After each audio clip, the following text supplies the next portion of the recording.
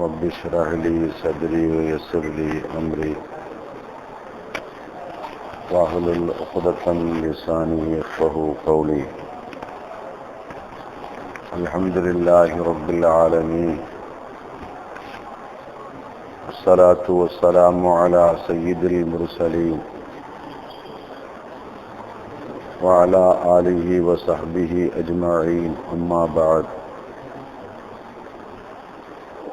فقد قال الله سبحانه وتعالى في القرآن العظيم والفرقان المجيد: ألا بذكر الله تطمئن القلوب. صدق الله العظيم.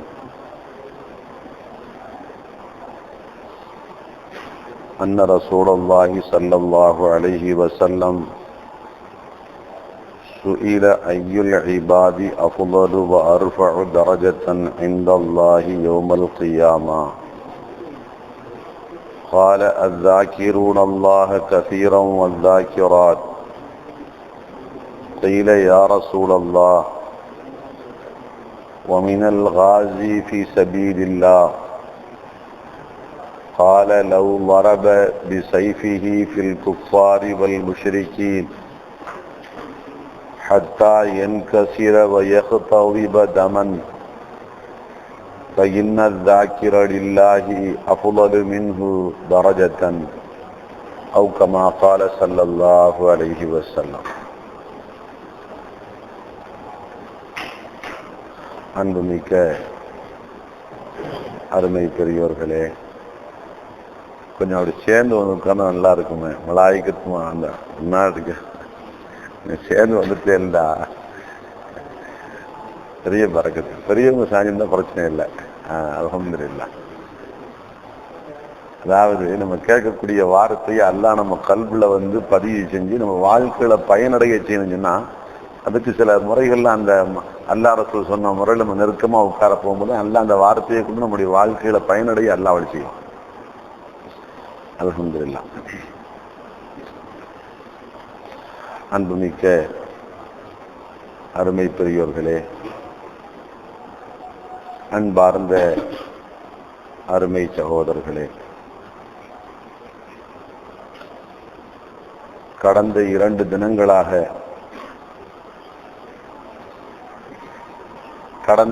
தினங்களாக திக்ருடைய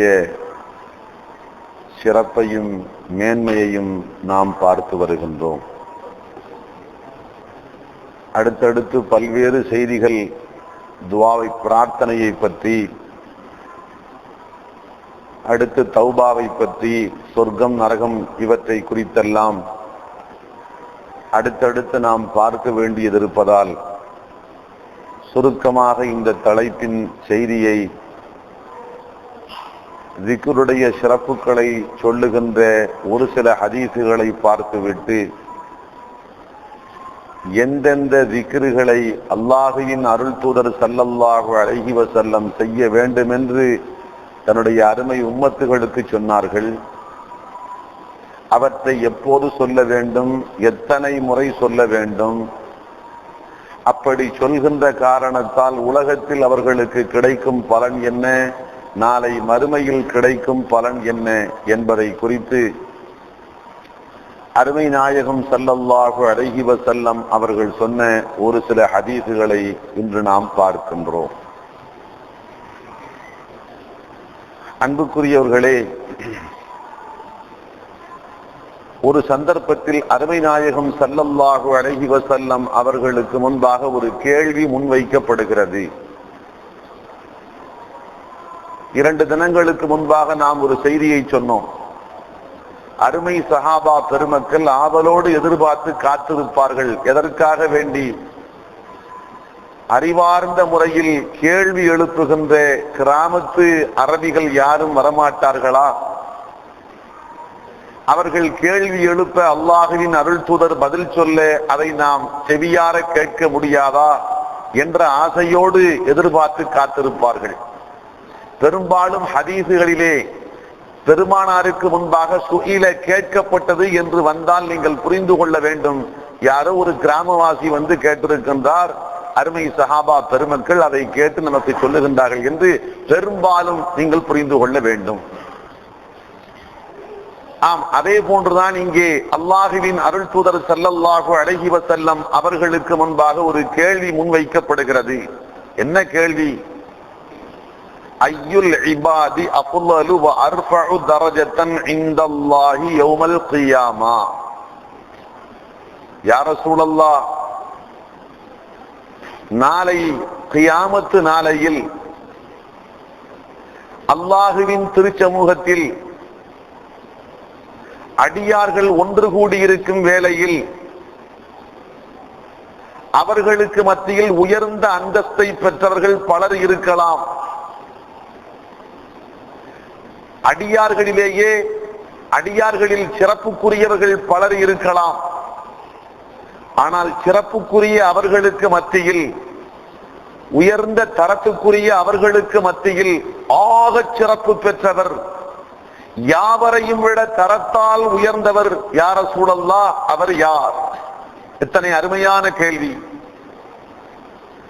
கியாமத்து நாளையில் அல்லாஹ்வுக்கு முன்பாக உயர்ந்த படித்தரங்களை பெறுகின்ற பலருக்கு மத்தியில் ஆகப் பெரும் படித்தரம், சிறப்புக்குரிய அடியார்கள் என்ற தரத்தில் யாவரையும் விட சிறப்பு பெற்ற அடியார் என்ற தரத்தை யார் பெறுவார் என்று அருமை நாயகம் ஸல்லல்லாஹு அலைஹி வஸல்லம் அவர்களுக்கு முன்பாக ஒரு கேள்வி வைக்கப்பட்ட போது அருமை நாயகம் ஸல்லல்லாஹு அலைஹி வஸல்லம் சொன்ன வார்த்தையை கவனிக்க வேண்டும்.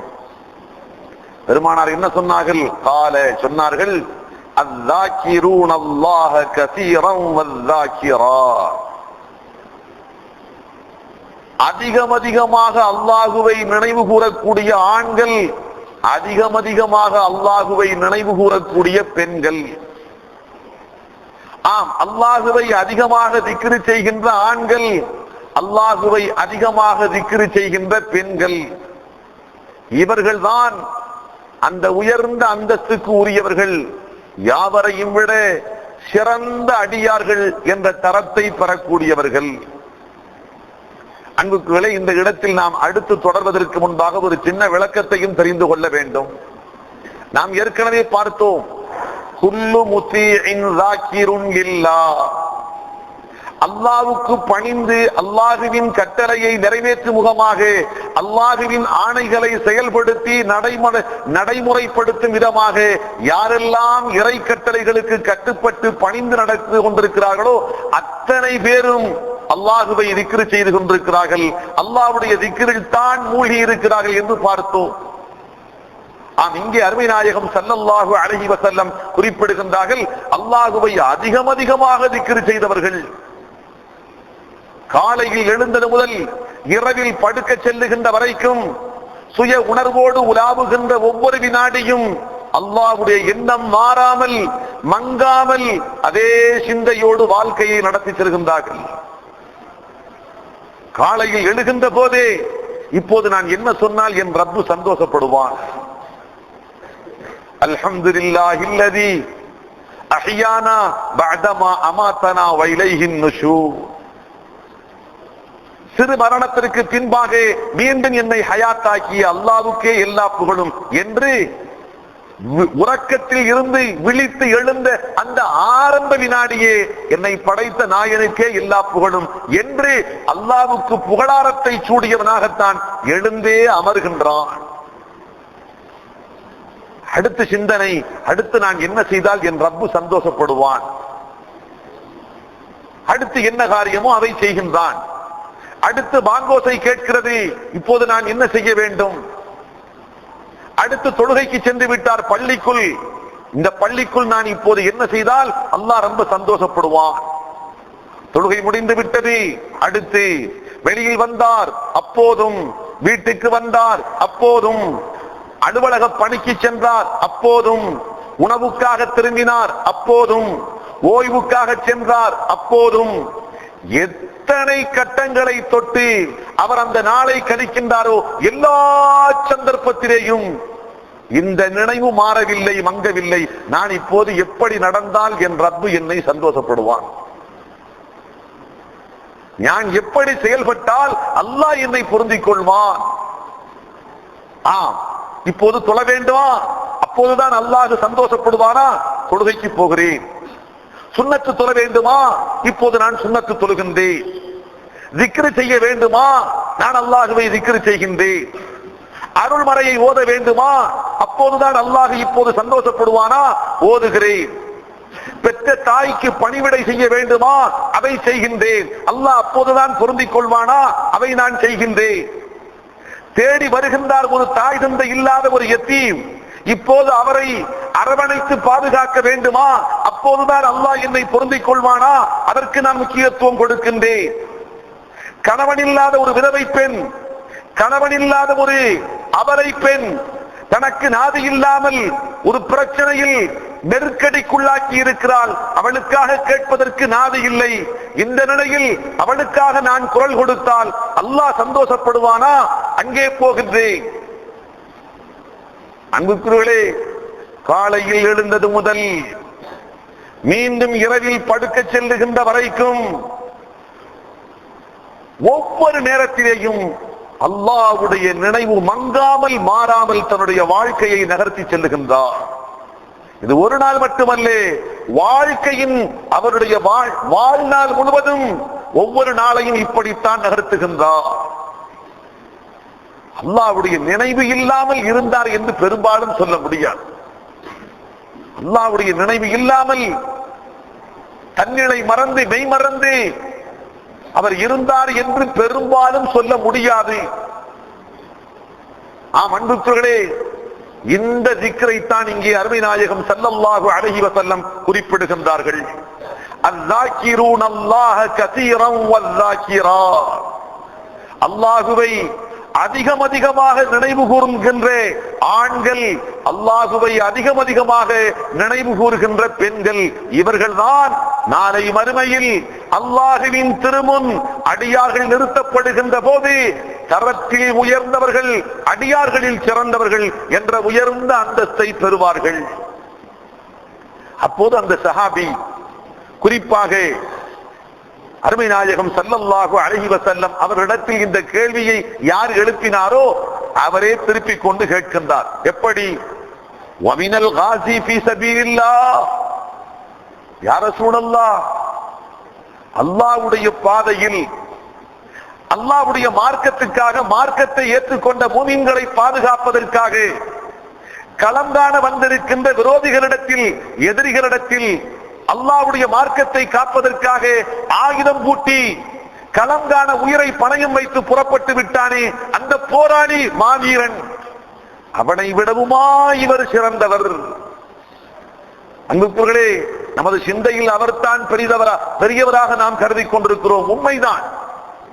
காரணம், ஒரு மனிதன் இந்த உலகத்தில் நேசிக்கின்ற பொருட்களில் எல்லாவற்றையும் தியாகம் செய்ய முன் வருவான். மனிதன் அதிகமாக நேசிப்பது காசு, பணம். அதையும் கொடுத்து விடுவான் அள்ளி. தான் சொந்த பிறந்த வீடு அதையும் துறந்து விடுவான்.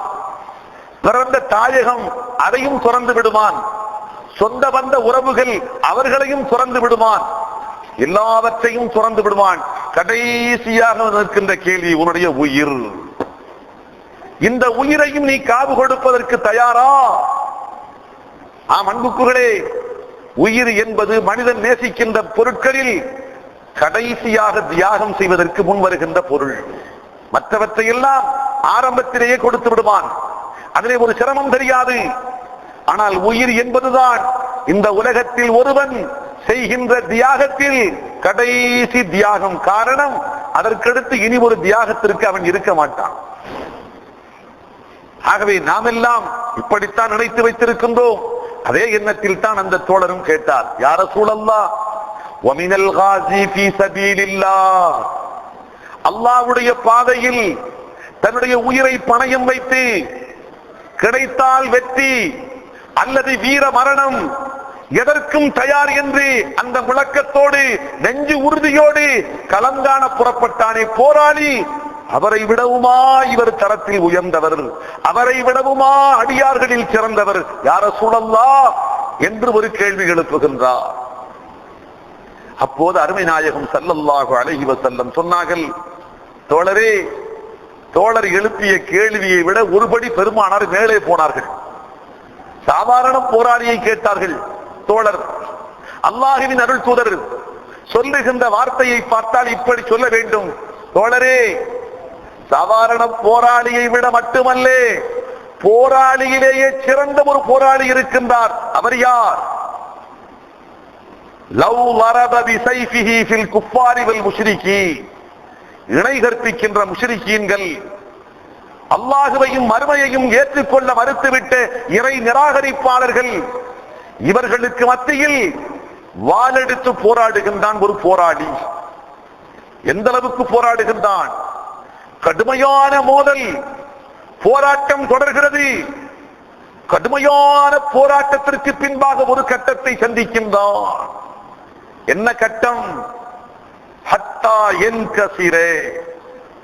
அவன் வீசிய அந்த வாள் வீச்சு ஒரு கட்டத்தில் வேகம் தாங்க முடியாமல் ஒடிந்து விழுகிறது. எத்தனை தலைகளை அறிந்தெடுத்திருக்குமோ, எத்தனை வாள்களை உடைத்து எரிந்திருக்குமோ, ஒரு கட்டம் வருகின்ற போது அந்த வாளே உடைந்து ஒடுகிறது, வாளே நொறுங்கி விழுகிறது. அது மட்டுமல்ல, பெருமானா சொன்னார்கள், வயஹ்தலிபு தமன், இரத்தத்தால் நனைந்து விட்டிருக்கின்றான். அவனுடைய வேணி எல்லாம் எங்கு பார்த்தாலும் ஒரே இரத்தம், இரத்த சகதியில் அவனுடைய மேனி நனைந்து விட்டிருக்கிறது. ஆம், அல்லாஹ்வின் அருள் தூதர் ஸல்லல்லாஹு அலைஹி வஸல்லம் இந்த போராளியை உருவகப்படுத்தி சொல்லிவிட்டு அடுத்து சொன்னார்கள்,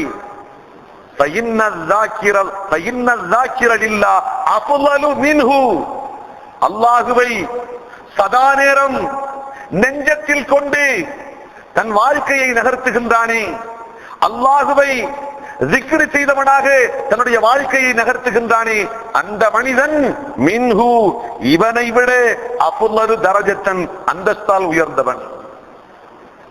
அல்லாஹு அக்பர். அன்புக்குரியவர்களே, அல்லாஹ்வுடைய நினைவோடு அல்லாஹ்வுடைய ذிக்ரோடு தன்னுடைய வாழ்நாளை கழிக்கின்ற ஒரு மனிதனுடைய தரத்தையும் அந்தஸ்தையும் சிறப்பையும் பெருமையையும் தெளிவான முறையில் சொல்லி காட்டுவதற்கு இதைவிட ஒரு தெளிவான ஒரு வார்த்தை இந்த உலகத்தில் யாரும் சொல்ல முடியாது. முஹம்மதுர் ரசூலுல்லாஹ் ஸல்லல்லாஹு அலைஹி வஸல்லம் மிக தெளிவாக சொல்லிவிட்டார்கள். இதைவிட இன்னும் ஒருபடி தெளிவாக இந்த உலகத்தில் யாரும் சொல்ல முடியாது. உச்ச வார்த்தை, கடைசி எல்லை, அந்த வார்த்தையை சொல்லி அவரை விட இவர் சிறந்தவர் என்று அருமை நாயகம் ஸல்லல்லாஹு அலைஹி வஸல்லம் சொல்லித் தருகின்றார்கள். அன்புக்குள்ளே இருந்தாலும் வேறு சில இவையே நமக்கு போதும் என்று இருந்தாலும் வேறு சில ஹதீசுகளையும் நாம் பார்க்கின்றோம். அருமை நாயகம் ஸல்லல்லாஹு அலைஹி வஸல்லம் இது போன்ற செய்திகள் எல்லாம் பலருக்கு புரியலாம், ஒரு சிலருக்கு அது கூட புரியாது. அந்த அளவுக்கு விளக்கம் குறைவாக இருப்பார்கள். அவர்களுக்கும் கூட புரிந்து கொள்ளுகின்ற விதத்தில் சில உதாரணங்களை சொல்லி அந்த உதாரணத்தின் மூலமாக அல்லாஹ்வுடைய ذிக்ர் இருக்கின்ற, அல்லாஹ்வுடைய ذிக்ரை கடைபிடிக்கின்ற மனிதருடைய தரம் என்ன என்பதை அல்லாஹ்வின் அருள் தூதர் ஸல்லல்லாஹு அலைஹி வஸல்லம் இப்படி சொல்ல வருகின்றார்கள். ஹதரத் இமாம் மாலிக் ரஹ்மத்துல்லாஹி அலைஹி இந்த செய்தியை நமக்கு சொல்லுகின்றார்கள். பலகனி, அல்லாஹ்வின் அருள் தூதர் சொன்ன இந்த செய்தி எனக்கு கிடைக்கப் பெற்றது.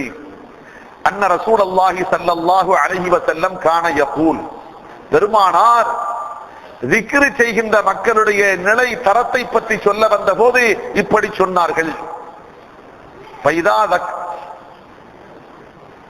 ذاكرullah fil ghafili கல் முகாத்திலி கல்ஃபல் ஃபாரி.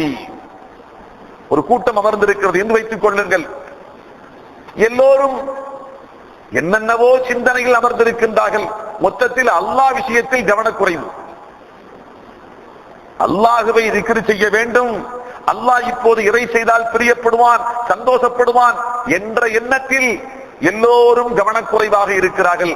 ஆனால் அவர்களுக்கு மத்தியில் ஒரே ஒரு மனிதன் மட்டும் அவனுடைய நாவு அசைகிறது, அவனுடைய கல்பு அல்லாஹுவை நினைத்து பார்க்கிறது, அவனுடைய ஆர்வம் அல்லாஹுவை ذிக்ர் செய்து அல்லாஹ்வுக்கு பிரியமானவற்றை செய்து அல்லாஹுவை சந்தோஷப்படுத்த வேண்டுமே என்ற அலாதியான துடிப்போடு இருக்கிறது. கற்பனைக்காக வைத்துக் கொள்வோம், ஒரு 100 பேர் அமர்ந்திருக்கின்ற இடத்தில் 100 பேரும் கதைத்துக் கொண்டிருக்கிறார்கள். ஒருவர் எதையை பற்றி, குடும்பத்தை பற்றி, ஒருவர் அயல் நாட்டை பற்றி, ஒருவர் பொருளாதாரத்தை பற்றி, ஒருவர் நாட்டு நிலவரத்தை பற்றி, ஒருவர் அரசியலை பற்றி, இப்படி என்னென்னவோ பேசிக் கொண்டிருக்கிறார்கள். அவர்களுக்கு மத்தியில் ஒருவர் இந்த சிந்தனையோடு அமர்ந்திருக்கின்றார். அப்படி என்றால் 99 பேர்களுக்கு மத்தியில் அல்லாஹ்வுடைய திக்ரோடு அமர்ந்திருக்கின்றாரே, இவருக்கு ஒரு உதாரணம் சொல்ல முடியுமா யா ரசூலல்லாஹ் என்று பெருமானாரிடத்தில் கேட்டால், அல்லாஹ்வின் அருள் தூதர் எப்படி சொல்லுவார்களோ அதுபோன்று பெருமானா சொன்னார்கள். எப்படி? கல் முகாத்திலி கல்ஃபல் ஃபாரி, களங்காண சென்ற போராளிகள் ஒரு கட்டத்தில் கோழைத்தனத்தின் காரணமாக புறமுதுகிட்டு ஓடுகின்றார்கள். போருக்கு சென்ற போராளிகள் புறமுதுகிட்டு ஓடுகின்றார்கள். ஆனால் ஒரே ஒரு மனிதன் மட்டும் அந்த நிலையிலேயும் புறமுதுகிட்டு ஓடுகின்ற அவர்களுக்கு மத்தியில் பாதத்தை தரமாக பதித்தவனாக, பாதம் பெயராமல், நிலை குலையாமல், அஞ்சா நெஞ்சத்தோடு, அசைக்க முடியாத உறுதியோடு, கடைசி மூச்சு வரைக்கும், கடைசி சொட்டு இரத்தமும் இங்கேதான் முடியும், கிடைத்தால் வெற்றி அல்லது ஷஹாதத்து என்ற மரணம், நான் ஓட மாட்டேன் என்று வீரப்போர் நடத்தி கொண்டிருக்கிறான். புறமுதுகிட்டு ஓடுகின்ற இவர்களுக்கு மத்தியில் அஞ்சா நெஞ்சத்தோடு வீரப்போர் செய்து கொண்டிருக்கிறானே, இவன் எப்படியோ இதே போன்றுதான், இதை போன்றுதான் அல்லாஹுவை மறந்திருக்கின்ற மக்களுக்கு மத்தியில் அல்லாஹுடைய நினைவோடு திக்ர் செய்து கொண்டிருக்கிறாரே அவருடைய நிலை. அருமை நாயகம் ஸல்லல்லாஹு அலைஹி வஸல்லம் இன்னும் உதாரணம் சொன்னார்கள். அஸ்ஸாகிருல்லாஹ் ஃபில் காஃபிரீன், அல்லாஹுவை கவனமற்றிருக்கின்ற மக்களுக்கு மத்தியில் அல்லாஹுவை நினைவு கூறுகிறாரே அவருக்கு உதாரணம் ககுஸ்லின் அஹ்லர ஃபீ ஷஜரின் யாபிஸின்,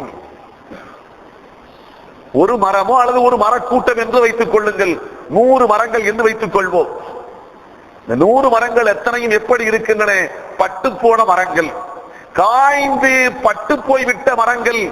அந்த மரங்களுக்கு மத்தியில் நடுவில் பார்த்தால் ஒரே ஒரு மரம் பச்சை பசேர் என்று பார்ப்பதற்கு கண்களை எல்லாம் குளிர்ச்சி அடைய செய்கின்ற முறையில் அடர்த்தியான பசுமை.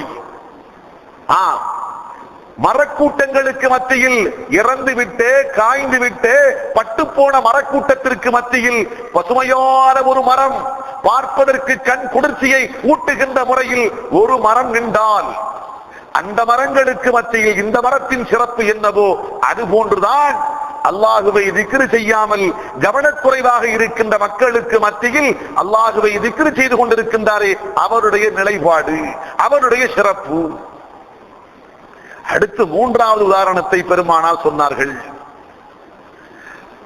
வஸாகிருல்லாஹ் ஃபில் காஃபிரீன் மிஸ்லி மிஸ்பாஹின் ஃபீ பைத்தின் முதுரிமின், அல்லாஹுவை மறந்திருக்கின்ற மக்களுக்கு மத்தியில் திக்ர் செய்து கொண்டிருக்கிறாரே அவருக்கு உதாரணம் ஒரு வீடு, நடுநிசி வேலை, காரிருள் கப்பிய கடுமையான இருட்டு, அந்த இருட்டு கும்மிருட்டு, இருட்டுக்குள்ளே அந்த மாளிகை அப்படியே இருட்டுக்குள்ளே மூழ்கி இருக்கிறது. இருட்டுக்குள்ளே மூழ்கி இருக்கின்ற அந்த மாளிகையில் நடுபாகத்தில் அருமையான ஒரு விளக்கொன்று பற்ற வைக்கப்பட்டு தன்னுடைய ஜோதியை நாலாபுறங்களிலேயும் பரப்பிக் கொண்டு அருமையான முறையில் அந்த விளக்கு எரிகிறது. இருண்ட அந்த வீட்டுக்குள், இருட்டுக்குள் மூழ்கி கிடக்கின்ற அந்த வீட்டுக்குள் நடுவில் எரிகின்ற ஜோதியை வெளிச்சத்தை கொடுத்து கொண்டிருக்கிற அந்த விளக்குக்கு என்ன மரியாதையோ, அந்த விளக்குக்கு என்ன அந்தஸ்தோ, அதே அந்தஸ்து அல்லாஹுவை மறந்திருக்கின்ற கூட்டத்திற்கு மத்தியில் அல்லாஹுவை யார் திக்ர் செய்து கொண்டிருக்கிறாரோ அவருடைய அந்தஸ்து. அடுத்து அருமை நாயகம் ஸல்லல்லாஹு அலைஹி வஸல்லம் சொன்னார்கள், உதாரணம் அல்ல, உதாரணம் சொல்லவில்லை. அதே ஹதீஸின் தொடரில் இவருடைய பாக்கியத்தை சொன்னார்கள். அல்லாஹ் இவருக்கு என்ன பாக்கியம் கொடுப்பான்? பெருமானா சொன்னார்கள், ஸாகிருல்லாஹ் ஃபில் காஃபிரீன், அல்லாஹுவை மறந்திருக்கின்ற மக்களுக்கு மத்தியில் அல்லாஹுவை மறவாமல் யார் திக்ர் செய்து கொண்டிருக்கின்றாரோ, அல்லாஹுவை நினைவு கூறிக்கொண்டிருக்கின்றாரோ அவருக்கு அல்லாஹ் தருகின்ற பாக்கியம் யுரீஹில்லாஹ், அல்லாஹ் அந்த மனிதனுக்கு காட்டி விடுவான், காட்டி கொடுப்பான். எதை? மக்அதஹு மினல் ஜன்னah, சுவனத்து சோலையில், சுவனத்து மாளிகையில் அவனுடைய இருப்பிடம் எது என்பதை அல்லாஹ் காட்டி கொடுப்பான். அடுத்து சொன்ன வார்த்தை முக்கியமானது. வஹுவ ஹய்யுன், அவன் இந்த உலகத்தில் ஹயாத்தாக இருக்கும் போதே. அன்புக்குள்ளே சக்கராத்துடைய நேரத்திலே அல்லாஹ்வின் அருள் தூதர் ஸல்லல்லாஹு அலைஹி வஸல்லம் சொன்னார்கள், நல்லோர்களுக்கும் சரி பாவிகளுக்கும் சரி அந்த கடைசி நேரத்தில் காட்டப்படும். வழக்கத்தில் சொல்லுவார்கள், குத்திட்ட பார்வை, செங்குத்தாக கடைசியாக ஒரு பார்வை நிலைத்து நிற்கும், அதோடு ரூஹு பிரிந்துவிடும். சக்கராத்துடைய நிலையில் நாம் பார்த்தால், ஆரம்பத்தில் பார்த்தால் கஷ்டத்தோடு மூச்சு விட்டுக் கொண்டிருப்பார்கள். நேரம் கழிந்து விட்டால் காலை தொட்டால் கால் சில்லென்று இருக்கும். காரணம், காலில் இருந்து ரூஹு பிரிந்து விட்டது. அடுத்து பார்த்தால் முட்டுக்காலை தொடுவோம், முட்டுக்காலும் சில்லென்று ஆகிவிடும். அடுத்து படிப்படியாக ரூஹு பிரிக்கப்பட்டுக் கொண்டே வருகிறது. சக்கராத்துடைய கடைசி விளிம்பு உச்சம், கடைசியாக நெஞ்சுக்கும் தொண்டைக்கு மத்தியில் இழையோடுகிறது. எந்த வினாடியும் அறுபட்டு விழலாம், அறுபட்டு போகலாம் என்ற இழையோடுகின்ற கடைசி மூச்சு. அதற்கும் அப்பால் அன்புக்குகளே சிலரை பார்க்கலாம், தோள்பட்டை லேசாக துடிக்கும். சிலரை பார்த்தால் நாவை மொத்தமாக திரட்டி வைத்துக் கொண்டு இழுத்தால் எப்படி இருக்குமோ அது போன்று நாவு கொத்தோடு கொலையோடு வெளியே தள்ளும். அதோடு அந்த பார்வை மேல் நோக்கி போகும். பலருக்கும் பலவிதம். சிலருக்கு புருவம் மட்டும் லேசாக துடிக்கும்.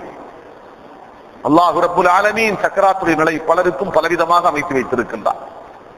இன்ஷா அல்லாஹ் சந்தர்ப்பம் கிடைத்தால் நல்ல மௌத்தின் அடையாளம் எது, கெட்ட மரணத்தின் அடையாளம் எது என்ற அந்த தலைப்பில் பார்க்கும் சந்தர்ப்பம் கிடைத்தால் இன்ஷா அல்லாஹ் அதையெல்லாம் நாம் விளக்கமாக பார்க்கலாம். நல்லோர்களுடைய மரணத்தின் கடைசி நிலை எப்படி இருக்கும், ரூஹு எப்படி பிரியும், அப்போது யாருக்கு நெற்றியில் முத்து முத்தாக வியர்த்து கொட்டும், இந்த செய்திகளை எல்லாம் அந்த இடத்தில் நாம் விளக்கமாக பார்க்கலாம். அன்புக்குள்ளே நாம் இங்கே பார்க்க வருகின்ற செய்தி இதுதான். ரூஹு பிரிகின்ற கடைசி நேரத்தில் பெரும்பாலும் செங்குத்தான பார்வையோடு கடைசி முடிவு நிகழும். கடைசி முடிவை பார்த்தால் பெரும்பாலும் நாம் போய்த்தான் கண்ணை கசக்கி மூட வேண்டும், அப்படித்தான் இருக்கும். செங்குத்தான அந்த பார்வையோடு அப்படியே இருக்கும். ரூஹு பிரிந்ததை நாம் காணாமல் இருந்து விட்டால் 2-3 மணி நேரங்களுக்கு பின்பாக நாம் போய் சென்று பார்த்தால் கண்ணை கசக்கினாலும் கண்ணு மூடாது, திருப்பி கசக்கி மூடினாலும் மறுபடியும் திறந்து கொள்ளும். அருமை நாயகம் ஸல்லல்லாஹு அலைஹி வஸல்லம் அதற்கு ஒரு காரணம் சொன்னார்கள். என்ன காரணம்? கடைசி ரூஹு பிரிகின்ற அந்த சந்தர்ப்பத்தில் நல்லடியார்களுக்கும் 2 தலங்கள் காட்டப்படும், பாவிகளுக்கும் 2 தலங்கள் காட்டப்படும். பாவிகளுக்கு என்ன காட்டப்படும்? எடுத்தவுடன் சொர்க்கத்தின் ஒரு காட்சி, சொர்க்கத்து காட்சியை காட்டி அவனுக்கு சொல்லப்படும், நீ போய் சேர வேண்டிய இடம் இதுவாகத்தான் இருந்தது. ஆனால் சண்டாளனே, நீ வாழ்ந்த இழிவான வாழ்க்கை, அல்லாஹ்வின் சட்ட வரம்புகளை மிதித்து மீறி நடந்து அல்லாஹ்வுடைய சட்ட வரம்புகளை மீறி அவனுடைய மார்க்கத்தை உதாசீனம் செய்துவிட்டு நீ வாழ்ந்த அந்த வாழ்க்கையின் காரணமாக இந்த மேலான சுவனபதியை நீ இழந்து விட்டாய். இதோ பார், இப்போது நீ போய் சேரக்கூடிய அந்த இருப்பிடத்தை பார். சிறப்பணும் அந்த இருப்பிடத்தை பார். அந்த இருப்பிடம் தான் எது? பாழும் நரகத்தில் ஒரு படுகொலியை அல்லாஹ் காட்டுவான். முதலிலே சொர்க்கம், 2வது நரகத்து படுகொலி. இவன் ஏற்கனவே நரகத்தில் இருக்கிறான். சக்கராத்து வேதனை என்பது அன்புக்குகளே, சக்கராத்து வேதனை என்பது புரிந்து கொள்வதற்காக ஒரு சின்ன ஒரு கற்பனை உதாரணம். கற்பனை என்று சொன்னால் ஹதரத் உமரே ஃபாரூக் ரலியல்லாஹு அன்ஹு அவர்களுக்கு ஹதரத் கஅபுல் அஹ்பார் ரலியல்லாஹு அன்ஹு சொன்ன உதாரணம். ஹதரத் உமர் ரலியல்லாஹு அன்ஹு கேட்டார்கள், கஅபுல் அஹ்பார் அவர்களே, நீங்கள் பண்டைய வேதங்களை எல்லாம் கரைத்து குடித்த புலமை பெற்றவர்கள், சக்கராத்துடைய நேரம் எப்படி இருக்கும் ஒரு கொஞ்சம் விளக்கி சொல்லுங்கள்.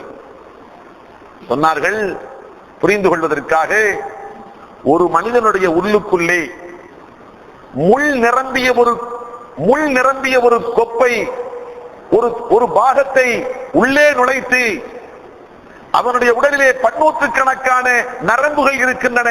ஒவ்வொரு நரம்பையும் அந்த ஒரு முள்ளிலே இழுத்து கட்டி அதனுடைய பருமனான பாகத்தை மட்டும் வாய்க்கு வெளியாக வைத்து யானை பலம் கொண்டு அசுர பலம் கொண்டு ஒரு மனிதனுடைய கரத்தில் அதை கொடுத்து ஒரே நேரத்தில் அசுர வேகத்தில் பிடித்து வெளியே இழு என்று சொன்னால் நாடி நரம்புகளை எல்லாம் அத்துக்கொண்டு வெளியே வருகிற போது அவனுடைய நிலை எப்படி இருக்கும்? அதையெல்லாம் விட கொடியது சக்கராத்துடைய நேரம் என்று சொன்னார்கள். ஹஜ்ரத் உமர் ஃபாரூக் ரலியல்லாஹு அன்ஹு அவர்களுக்கு கஅபுல் அஹ்பார் ரலியல்லாஹு அன்ஹு சொன்ன செய்தி. அன்புக்குகளே, ஏற்கனவே சக்கராத்திலேயே அவனால் தாங்க முடியவில்லை.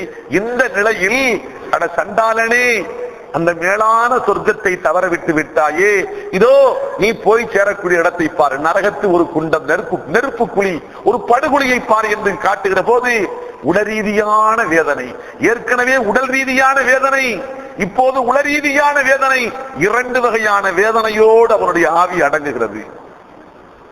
ஆனால் சொர்க்கவாதி நல்லோர்களாக இருந்தால் அன்புக்குர்களே, அந்த கடைசி சந்தர்ப்பத்தில் அல்லாஹ் முதலாக மலாயிக்கத்துமார்களை கொண்டு நரகத்து காட்சியை காட்டுகிறான். இங்கேதான் நீ போய் சேர வேண்டியது இருந்தது. ஆனால் நீயோ இந்த உலகத்தில் வாழுகின்ற போது விழித்துக் கொண்டாய். இந்த உலகம் நமக்கு நிரந்தரம் அல்ல. ஒரு நாள் இந்த உலகத்தை விட்டு நாம் பிரிக்கப்படவிருக்கின்றோம்.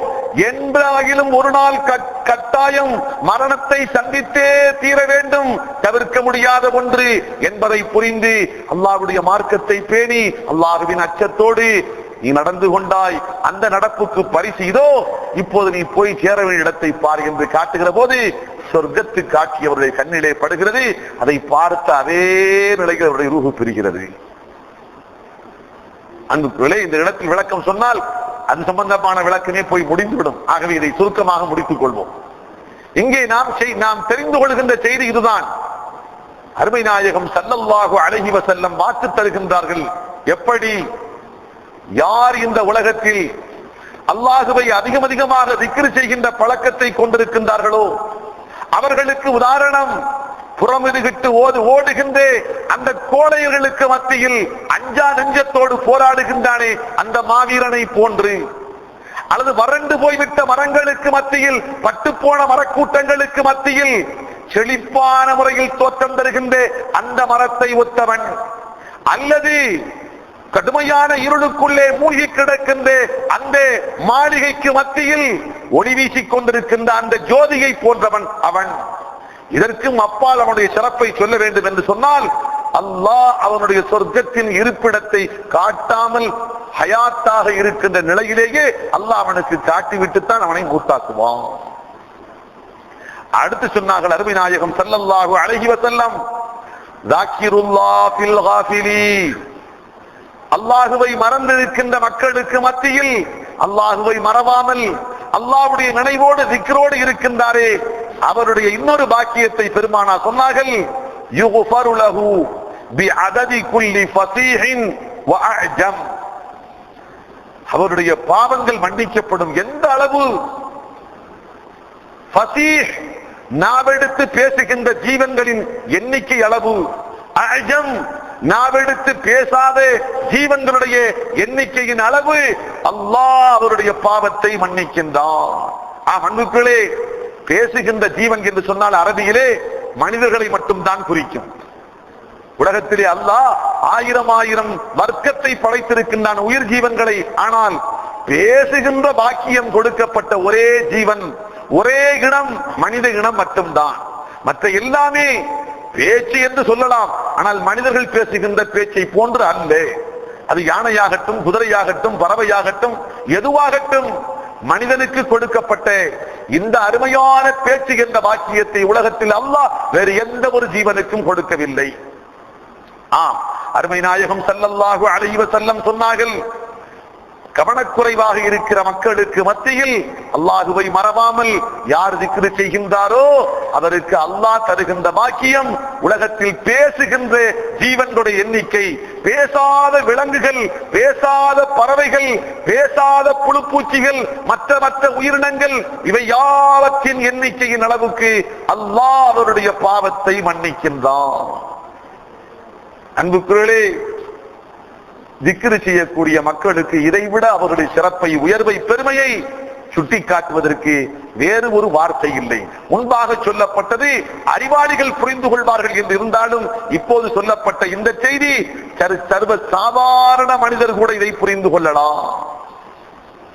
ஆம், கடைசியாக ஒரு செய்தியை மட்டும் பார்த்துவிட்டு நேரடியாக நாம் என்ன திக்ருகளை நாம் வளமையாக ஓத வேண்டும் என்ற செய்தியை பற்றி நாம் பார்ப்போம். அன்புக்குள்ளே ஹதரத் முஆத் இப்னு ஜபல் ரலியல்லாஹு அன்ஹு இந்த செய்தியை குறிப்பிடுகிறார்கள். யாரை கொண்டு நாம் துவங்கினோமோ அதே சஹாபியின் செய்தியை கொண்டு இதை நாம் முடிவுக்கு கொண்டு வருவோம். ஆரம்பத்தில் பார்த்தோம், அல்லாஹ்வின் அருள் தூதர், உயிருக்கு உயிரான தோழர் ஹதரத் முஆத் இப்னு ஜபல் ரலியல்லாஹு அன்ஹு அவர்களை யமனுக்கு அனுப்பி வைத்த போது கண்ணீரோடு ஒரு செய்தியை சொல்லி அனுப்பி வைத்தார்கள்.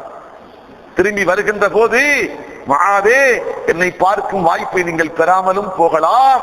என்னுடைய இந்த மஸ்ஜிது நபவி அல்லது என்னுடைய மன்னரை இரண்டில் ஒன்றை நீங்கள் அடையலாம் என்ற அந்த கண்ணீர் செய்தியோடு வழி அனுப்பி வைத்த போது பெருமானார் சொன்னார்களே ஒரு செய்தி, முஆதே, இந்த உலகம் என்னையும் உங்களையும் பிரிக்கலாம். உலகத்தில் மரணம் யாரை வேண்டுமென்றாலும் பிரிக்கலாம். அற்ப உலகம், சொற்ப நாட்கள். ஆனால் அழியா வாழ்க்கையை, நிலையான வாழ்க்கையை நாம் சந்திக்க போகின்றோம். அந்த மஹ்ஷரிலே முஆதே, எனக்கு மிக நெருக்கமானவர், எனக்கு மிக அணுக்கமானவர், அல்லாஹ்வின் அச்சத்தை நெஞ்சத்தில் கொண்டு இந்த உலகத்தில் வாழ்ந்தவர் என்ற போதனையையும் சொல்லிவிட்டு வேண்டுகோளுக்கு இணங்க சொன்னார்கள், யா ரசூலல்லாஹ், இந்த கடைசி நேரத்தில் ஒரு வார்த்தை, கடைசி நேரத்தில் சிறந்த அமல் எது என்பதை எனக்கு சொல்லித்தாருங்கள் என்று கேட்டபோது அல்லாஹ்வின் அருள் தூதர் சொன்னார்கள், அன் துஃபாரிக வ லிசானுக ரத்பும் பிதிக்ரில்லாஹ். தோழரே, நீர் இந்த உலகத்தை விட்டு பிரிய வேண்டும், உமது ஆவி அடங்க வேண்டும். எந்த நிலையில்? உமது நாவு அல்லாஹ்வுடைய திக்ரிலே நனைந்திருக்கும் நிலையில் என்று சொன்னார்களே. அதே முஆத் இப்னு ஜபல் ரலியல்லாஹு அன்ஹு அல்லாஹ்வின் அருள் தூதரிடத்தில் கேட்ட இன்னொரு செய்தியை இப்போது நமக்கு சொல்கிறார்கள். என்ன சொன்னார்கள்? قال ما عمل العبد عملا அஞ்சாலஹு மின் அஸாபில்லாஹ் மின் ذிக்ரில்லாஹ். நாளை மறுமையில் மஹ்ஷர் மைதானத்தில் அல்லாஹ்வுடைய அமளிகளும் அல்லாஹ்வுடைய வேதனையும் தண்டனையும் அடியார்களுக்கு மிக கடுமையாக இருக்கும். இறைமாறு செய்து கட்டளைகளை மீறியே குற்றம் புரிந்து பாவிகளுக்கு தண்டனை மிக கடுமையாக இருக்கும். அந்த தண்டனையில் இருந்து நல்லோர்கள் பாதுகாக்கப்படுவார்கள், ஈடேற்றம் பெறுவார்கள். காரணம், அவர்கள் செய்த நல்ல அமல்கள். அவர்கள் செய்த நல்ல அமல்கள் அவர்களை ஈடேற்றம் பெற செய்கிறது, பாதுகாப்பு வழங்குகிறது. இந்த நிலையில் ஒரு மனிதனை அல்லாஹ்வுடைய தண்டனையில் இருந்து பாதுகாப்பு செய்கின்றவற்றிலேயே அதிகம் பாதுகாப்பு செய்வது எது? அல்லாஹ்வுடைய வேதனையை விட்டு ஒரு மனிதனை ஈடேற்றம் பெற செய்கின்ற சிறப்புக்குரிய அமல்கள் ஆயிரம் இருக்கலாம். ஆனால் இந்த அமலுக்கு நிகராக வேறு எந்த அமலும் அல்லாஹ்வுடைய வேதனையில் இருந்து அடியார்களை பாதுகாக்க முடியாது, அடியார்களை காப்பாற்ற மாட்டாது. அந்த அளவுக்கு யாவற்றையும் விட முதன்மையான பாதுகாப்பு வழங்கக்கூடிய அமல். அப்படிப்பட்ட அமல் எது தெரியுமா? ஹதரத் முஆத் இப்னு ஜபல் ரலியல்லாஹு அன்ஹு சொன்னார்கள், நாளை மறுமையில் அல்லாஹ்வுடைய அஸாப் என்ற வேதனையில் இருந்து அடியார்களை பாதுகாக்கின்ற பாதுகாப்பு அமல்களிலேயே அஞ்சா அதிகம் பாதுகாக்கக்கூடியது, யாவற்றையும் விட தரத்தில் உயர்ந்த பாதுகாப்பை வழங்கக்கூடியது. அது எது? திக்ருல்லாஹ், அல்லாஹ்வுடைய திக்ரு.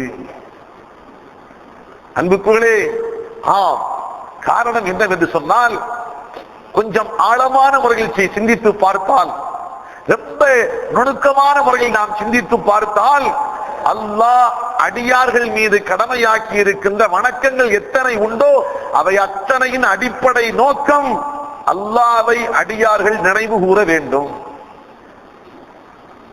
அல்லாஹ் கடமையாக்கிய வணக்கம் எதுவாக இருக்கட்டும், எதை வேண்டும் என்றாலும் எடுத்துக் கொள்ளுங்கள், தொழுகை என்று எடுத்துக் கொள்ளுங்கள். தொழுகையை பற்றி அல்லாஹ் அருள்மறையில் குறிப்பிடுகின்றான். தொழுகையை நிலைநாட்டுங்கள், என்னை நினைவு கூறுவதற்காக வேண்டி. ஒரு அடியான் நாள்தோறும் ஐவேளை அல்லாஹுவை வணங்குவதற்காக தொழுவதற்காக வருகிற போது அதுவரைக்கும் உலகத்து ஈடுபாடுகளுக்கு மத்தியில் உள்ளத்தை திருப்பி வைத்திருந்த அந்த மனிதன் ஒன்றித்த உள்ளத்தோடு கவனத்தை திருப்புகின்றான் படைத்த நாயன் அல்லாஹ்வுக்கு முன்பாக. ஆனால் இன்று பலரை பார்க்கிறோம், அந்த தொழுகையில் கூட அல்லாஹ்வுடைய நினைவில்லாமல் தொழுது கொண்டிருக்கிறார்கள். அது வேறு விஷயம். அல்லாஹ் தான் பாதுகாக்க வேண்டும். மையத்தாக போய்விட்ட தொழுகை, நம்மில் பலர் தொழுகின்ற தொழுகை மையத்தாக போய்விட்ட தொழுகை தொழுது கொண்டிருக்கிறோம். அன்புகளே, நாம் இங்கே சிந்தித்து பார்க்க வேண்டிய செய்தி, தொழுகை என்று வருகிற போது அல்லாஹ்வுடைய நினைவை நிலைநிறுத்துவதற்காக, அல்லாஹ்வுடைய நினைவை பசுமைப்படுத்துவதற்காகத்தான் தொழுகையை நிலைநாட்டுங்கள் என்று அல்லாஹ் ஆணை பிறப்பிக்கின்றான். அடுத்து பார்க்கின்றோம், ஹஜ்ஜை பற்றி ஒரு இடத்தில் அல்லாஹ் குறிப்பிடுகின்றான், அல்லாஹ்வை அதிகமாக நீங்கள் நினைவு கூறுவதற்காக. ஏன் நோன்பை பற்றி சொல்கிற போது கூட கடைசியாக அல்லாஹ் அந்த வசனத்தை எப்படி முடிக்கின்றான் என்றால், நீ எதுக்குரு ஸ்மல்லாஹ், நீ எதுக்குரு ஸ்மல்லாஹ் ஃபீ அய்யாமின் மஅதூதா, எண்ணப்படுகின்ற சில நாட்கள், 30 நாட்கள் அல்லது 29 நாட்கள், எண்ணப்படுகின்ற அந்த சில நாட்கள் அல்லாஹ்வை நீங்கள் அதிகமாக நினைவு கூறுவதற்காகத்தான் என்ற வார்த்தையோடு நோன்பை பற்றி சொல்லி வருகின்ற செய்தியை அல்லாஹ் முடிக்கின்றான். மொத்தம் 3 அல்லது 4 வசனங்கள் தான் குர்ஆனிலே நோன்பை பற்றி அல்லாஹ் சொல்கின்றான். கடைசி முடிக்கின்ற இடத்தில் இப்படித்தான் அல்லாஹ் முடிக்கின்றான். கடைசியாக, இன்னும் கடைசியாக, லஅல்லக்கும் தஷ்குரூன், நீங்கள் நன்றி உள்ளவர்களாக ஆக வேண்டும் என்ற வார்த்தையோடு அல்லாஹ் முடிவுக்கு கொண்டு வருகிறான். ஆக சுருக்கமாக அன்புகளே, நாம் இங்கே விளங்குகிற செய்தி, அல்லாஹ் அடியார்கள் மீது எத்தனை வணக்கங்களை விதித்திருக்கின்றானோ, கடமையாக்கி இருக்கின்றானோ, அவை அத்தனையின் உள்ரங்கமான நோக்கம், அந்தரங்க நோக்கம் என்ன என்று பார்த்தால், எல்லாமே அடியான் அல்லாஹுவை நினைவு கூற வேண்டும், அடியான் அல்லாஹ்வை மறவாமல் இருக்க வேண்டும் என்பதுதான் யாவத்தின் அடிப்படை நோக்கம். இப்படி சொல்கிற போது இந்த இடத்தில் ஒரு செய்தியை சொல்லிவிட்டு அடுத்து போவது சால சிறந்தது. சிலர் சொல்லுவார்கள், தொழாத மக்கள் ஏற்கனவே நாம் பார்த்தோமே, அப்படிப்பட்டவர்கள் சொல்லுவார்கள், தொழுகைக்கு வாருங்கள் என்று சொன்னால் 24 மணி நேரம் அல்லாஹ்வுடைய நினைவோடு இருக்கிறேன். தொழுகை யாருக்கு கடமை தெரியுமா? அல்லாஹ்வை யார் மறந்து விடுகிறார்களோ அவர்களுக்கு நினைவூட்டுவதற்காகத்தான் தொழுகை கடமை. நானோ 24 மணி நேரம் அல்லாஹ்வுடைய நினைவிலேயே இருக்கிறேன், எனக்கு போய் என்னை போய் தொலை கூப்பிடுகிறீர்களே. அருமையான தத்துவார்த்த விளக்கம். என்னை போய் நீங்கள் தொலை அழைக்கின்றீர்களே, தொழுகை யாருக்கு? அல்லாஹுவை மறந்தவர்களுக்கு. நானோ சதா நேரம் அல்லாஹுவின் நினைவோடு ஒன்றித்து இருக்கின்றேன், இந்த நிலையில் என்னை ஏன் தொழுகைக்கு அழைக்கின்றீர்கள் என்று சொல்லுவார்கள். அன்புக்குள்ளே, இவர்கள் சொல்லுகின்ற இந்த வாதம் எத்தனை மூடத்தனமானது, முட்டாள்தனமானது என்பதை புரிந்து கொள்வதற்காக ஒரு செய்தியை குறிப்பிடுகின்றேன். முஹம்மது ரசூலுல்லாஹ் ஸல்லல்லாஹு அலைஹி வஸல்லம் அவர்களை விட இந்த உலகத்தில் அல்லாஹுவின் நினைவு மாறாமல் வாழ்ந்த ஒரு ஜீவன் இந்த உலகத்தில் இல்லை. யாராக இருந்தாலும் சரி, அஃதலுல் ஹல்க், அல்லாஹுவால் படைக்கப்பட்ட படைப்பினங்களிலேயே முதன்மையான படைப்பினம் முஹம்மதுர் ரசூலுல்லாஹ். ஆயிஷா ரலியல்லாஹு அன்ஹா சொன்னார்கள், கான ரசூலுல்லாஹி ஸல்லல்லாஹு அலைஹி வஸல்லம் யذ்குருல்லாஹ் அலா குல்லி அஹ்யானிஹி அலா குல்லி ஹீன். அல்லாஹ்வின் அருள் தூதர் எல்லா சந்தர்ப்பத்திலேயும் அல்லாஹுவை நினைவு கூறுகிறாக, அல்லாஹுவை திக்ர் செய்பவர்களாகத்தான் இருந்தார்கள். எந்த அளவுக்கு அன்புக்குள்ளே, எந்த அளவுக்கு கழிப்பிடத்திற்கு சென்று விட்டு வெளியே வந்து அஸ்தக்ஃபிருல்லாஹ் என்று சொல்லுவார்கள். என்ன உள்ளிருக்கின்ற போது யா அல்லாஹ் நாவால் திக்ர் செய்வதற்கு தடை விதிக்கப்பட்டிருந்ததே, ஆகவே நாவால் திக்ர் செய்ய முடியாமல் கழிப்பிடத்திற்கு உள்ளே இருந்தேன், இப்போது வெளியே வந்து அதற்காக கூட அஸ்தக்ஃபிருல்லாஹ், அல்லாஹ் நீ குற்றம் குறைகளை பிழை பொறுப்பாயாக. எந்த ரசூலுல்லாஹ் லியக்ஃபிர லக்கல்லாஹு மா தகத்தம மின் நம்பிக வ மா தஅக்கர், நபியே உங்களுடைய முந்திய பிந்திய எல்லா குற்றங்குறைகளும் முழுமையாக மன்னிக்கப்பட்டு விட்டது என்று சொல்லப்பட்ட அந்த முஹம்மது ரசூலுல்லாஹ் எப்படி இருந்தார்கள்? சதா நேரம் அல்லாஹுவை திக்ர் செய்பவர்களாகத்தான் இருந்தார்கள். அன்புக்குள்ளே இங்கே வாருங்கள், அந்த முஹம்மது ரசூலுல்லாஹ் தன்னுடைய வாழ்க்கையின் எந்த கட்டத்திலேயும் நான் அல்லாஹுவை யாவரையும் விட மறவாமல் நினைவு கூறுகின்ற தரத்தை அந்தஸ்தை அடைந்து விட்டேன், ஆகவே இனி எனக்கு தொழுகை இல்லை என்று நஊது பில்லாஹ் சொல்லவே இல்லை. அது மட்டுமல்ல அன்புக்குரியவர்களே, அல்லாஹ்வின் அருள் தூதர் சொல்லவில்லை என்பது மட்டுமல்ல, நாம் எந்த கட்டத்தில் அவருக்கு சலுகை உண்டு என்று சொல்லுவோமோ அந்த நேரத்தில் கூட முஹம்மது ரசூலுல்லாஹ் ஸல்லல்லாஹு அலைஹி வஸல்லம் சலுகையை எடுத்துக் கொள்ளவில்லை, சலுகையை பயன்படுத்தவில்லை. பெருமானார் சஃபர் மாதம் 28வது நாள் நோய்வாய்ப்படுகின்றார்கள். சஃபர் மாதம் 28வது நாள் நோய்வாய்ப்பட்டார்கள். அடுத்து பெருமானார் ஒரு சில நாட்கள் கழிகிறது. தன்னுடைய வாழ்நாளின் இறுதி புதன்கிழமை பெருமானார் இந்த உலகத்தை விட்டு திங்கள் கிழமை விடைபெறுகிறார்கள். தன்னுடைய வாழ்நாளின் இறுதி புதன்கிழமை கொளுத்துகின்ற காய்ச்சலோடு மிகச் சிரமத்தோடு பள்ளிவாசலுக்கு சென்று தொலை வைத்து விட்டு வீட்டுக்கு வந்தார்கள். வந்தவுடன் பெருமானார் மயக்கமுற்று கீழே சாய்ந்தார்கள். சுய உணர்வு இல்லை. நீண்ட நேரத்திற்கு பின்பாக கண் விழித்தார்கள். கேட்ட முதல் கேள்வி, கண் விழித்து கேட்ட முதல் கேள்வி, இஷா தொழுகை முடிந்து விட்டதா? அல்லாஹ்வின் அருள் தூதருடைய உயிர் தோழர் ஹதரத் பிலால் ரலியல்லாஹு அன்ஹு அவர்கள் தான் பெருமானார் வந்தவுடன் காவத்து சொல்வார்கள். அருகிலே அமர்ந்திருந்தார்கள். யா ரசூலல்லாஹ், அல்லாஹ்வின் அருள் தூதே, தங்களுடைய வருகையை ஆவலோடு எதிர்பார்த்த அருமை சஹாபா பெருமக்கள் காத்திருக்கின்றார்கள். அப்படியா?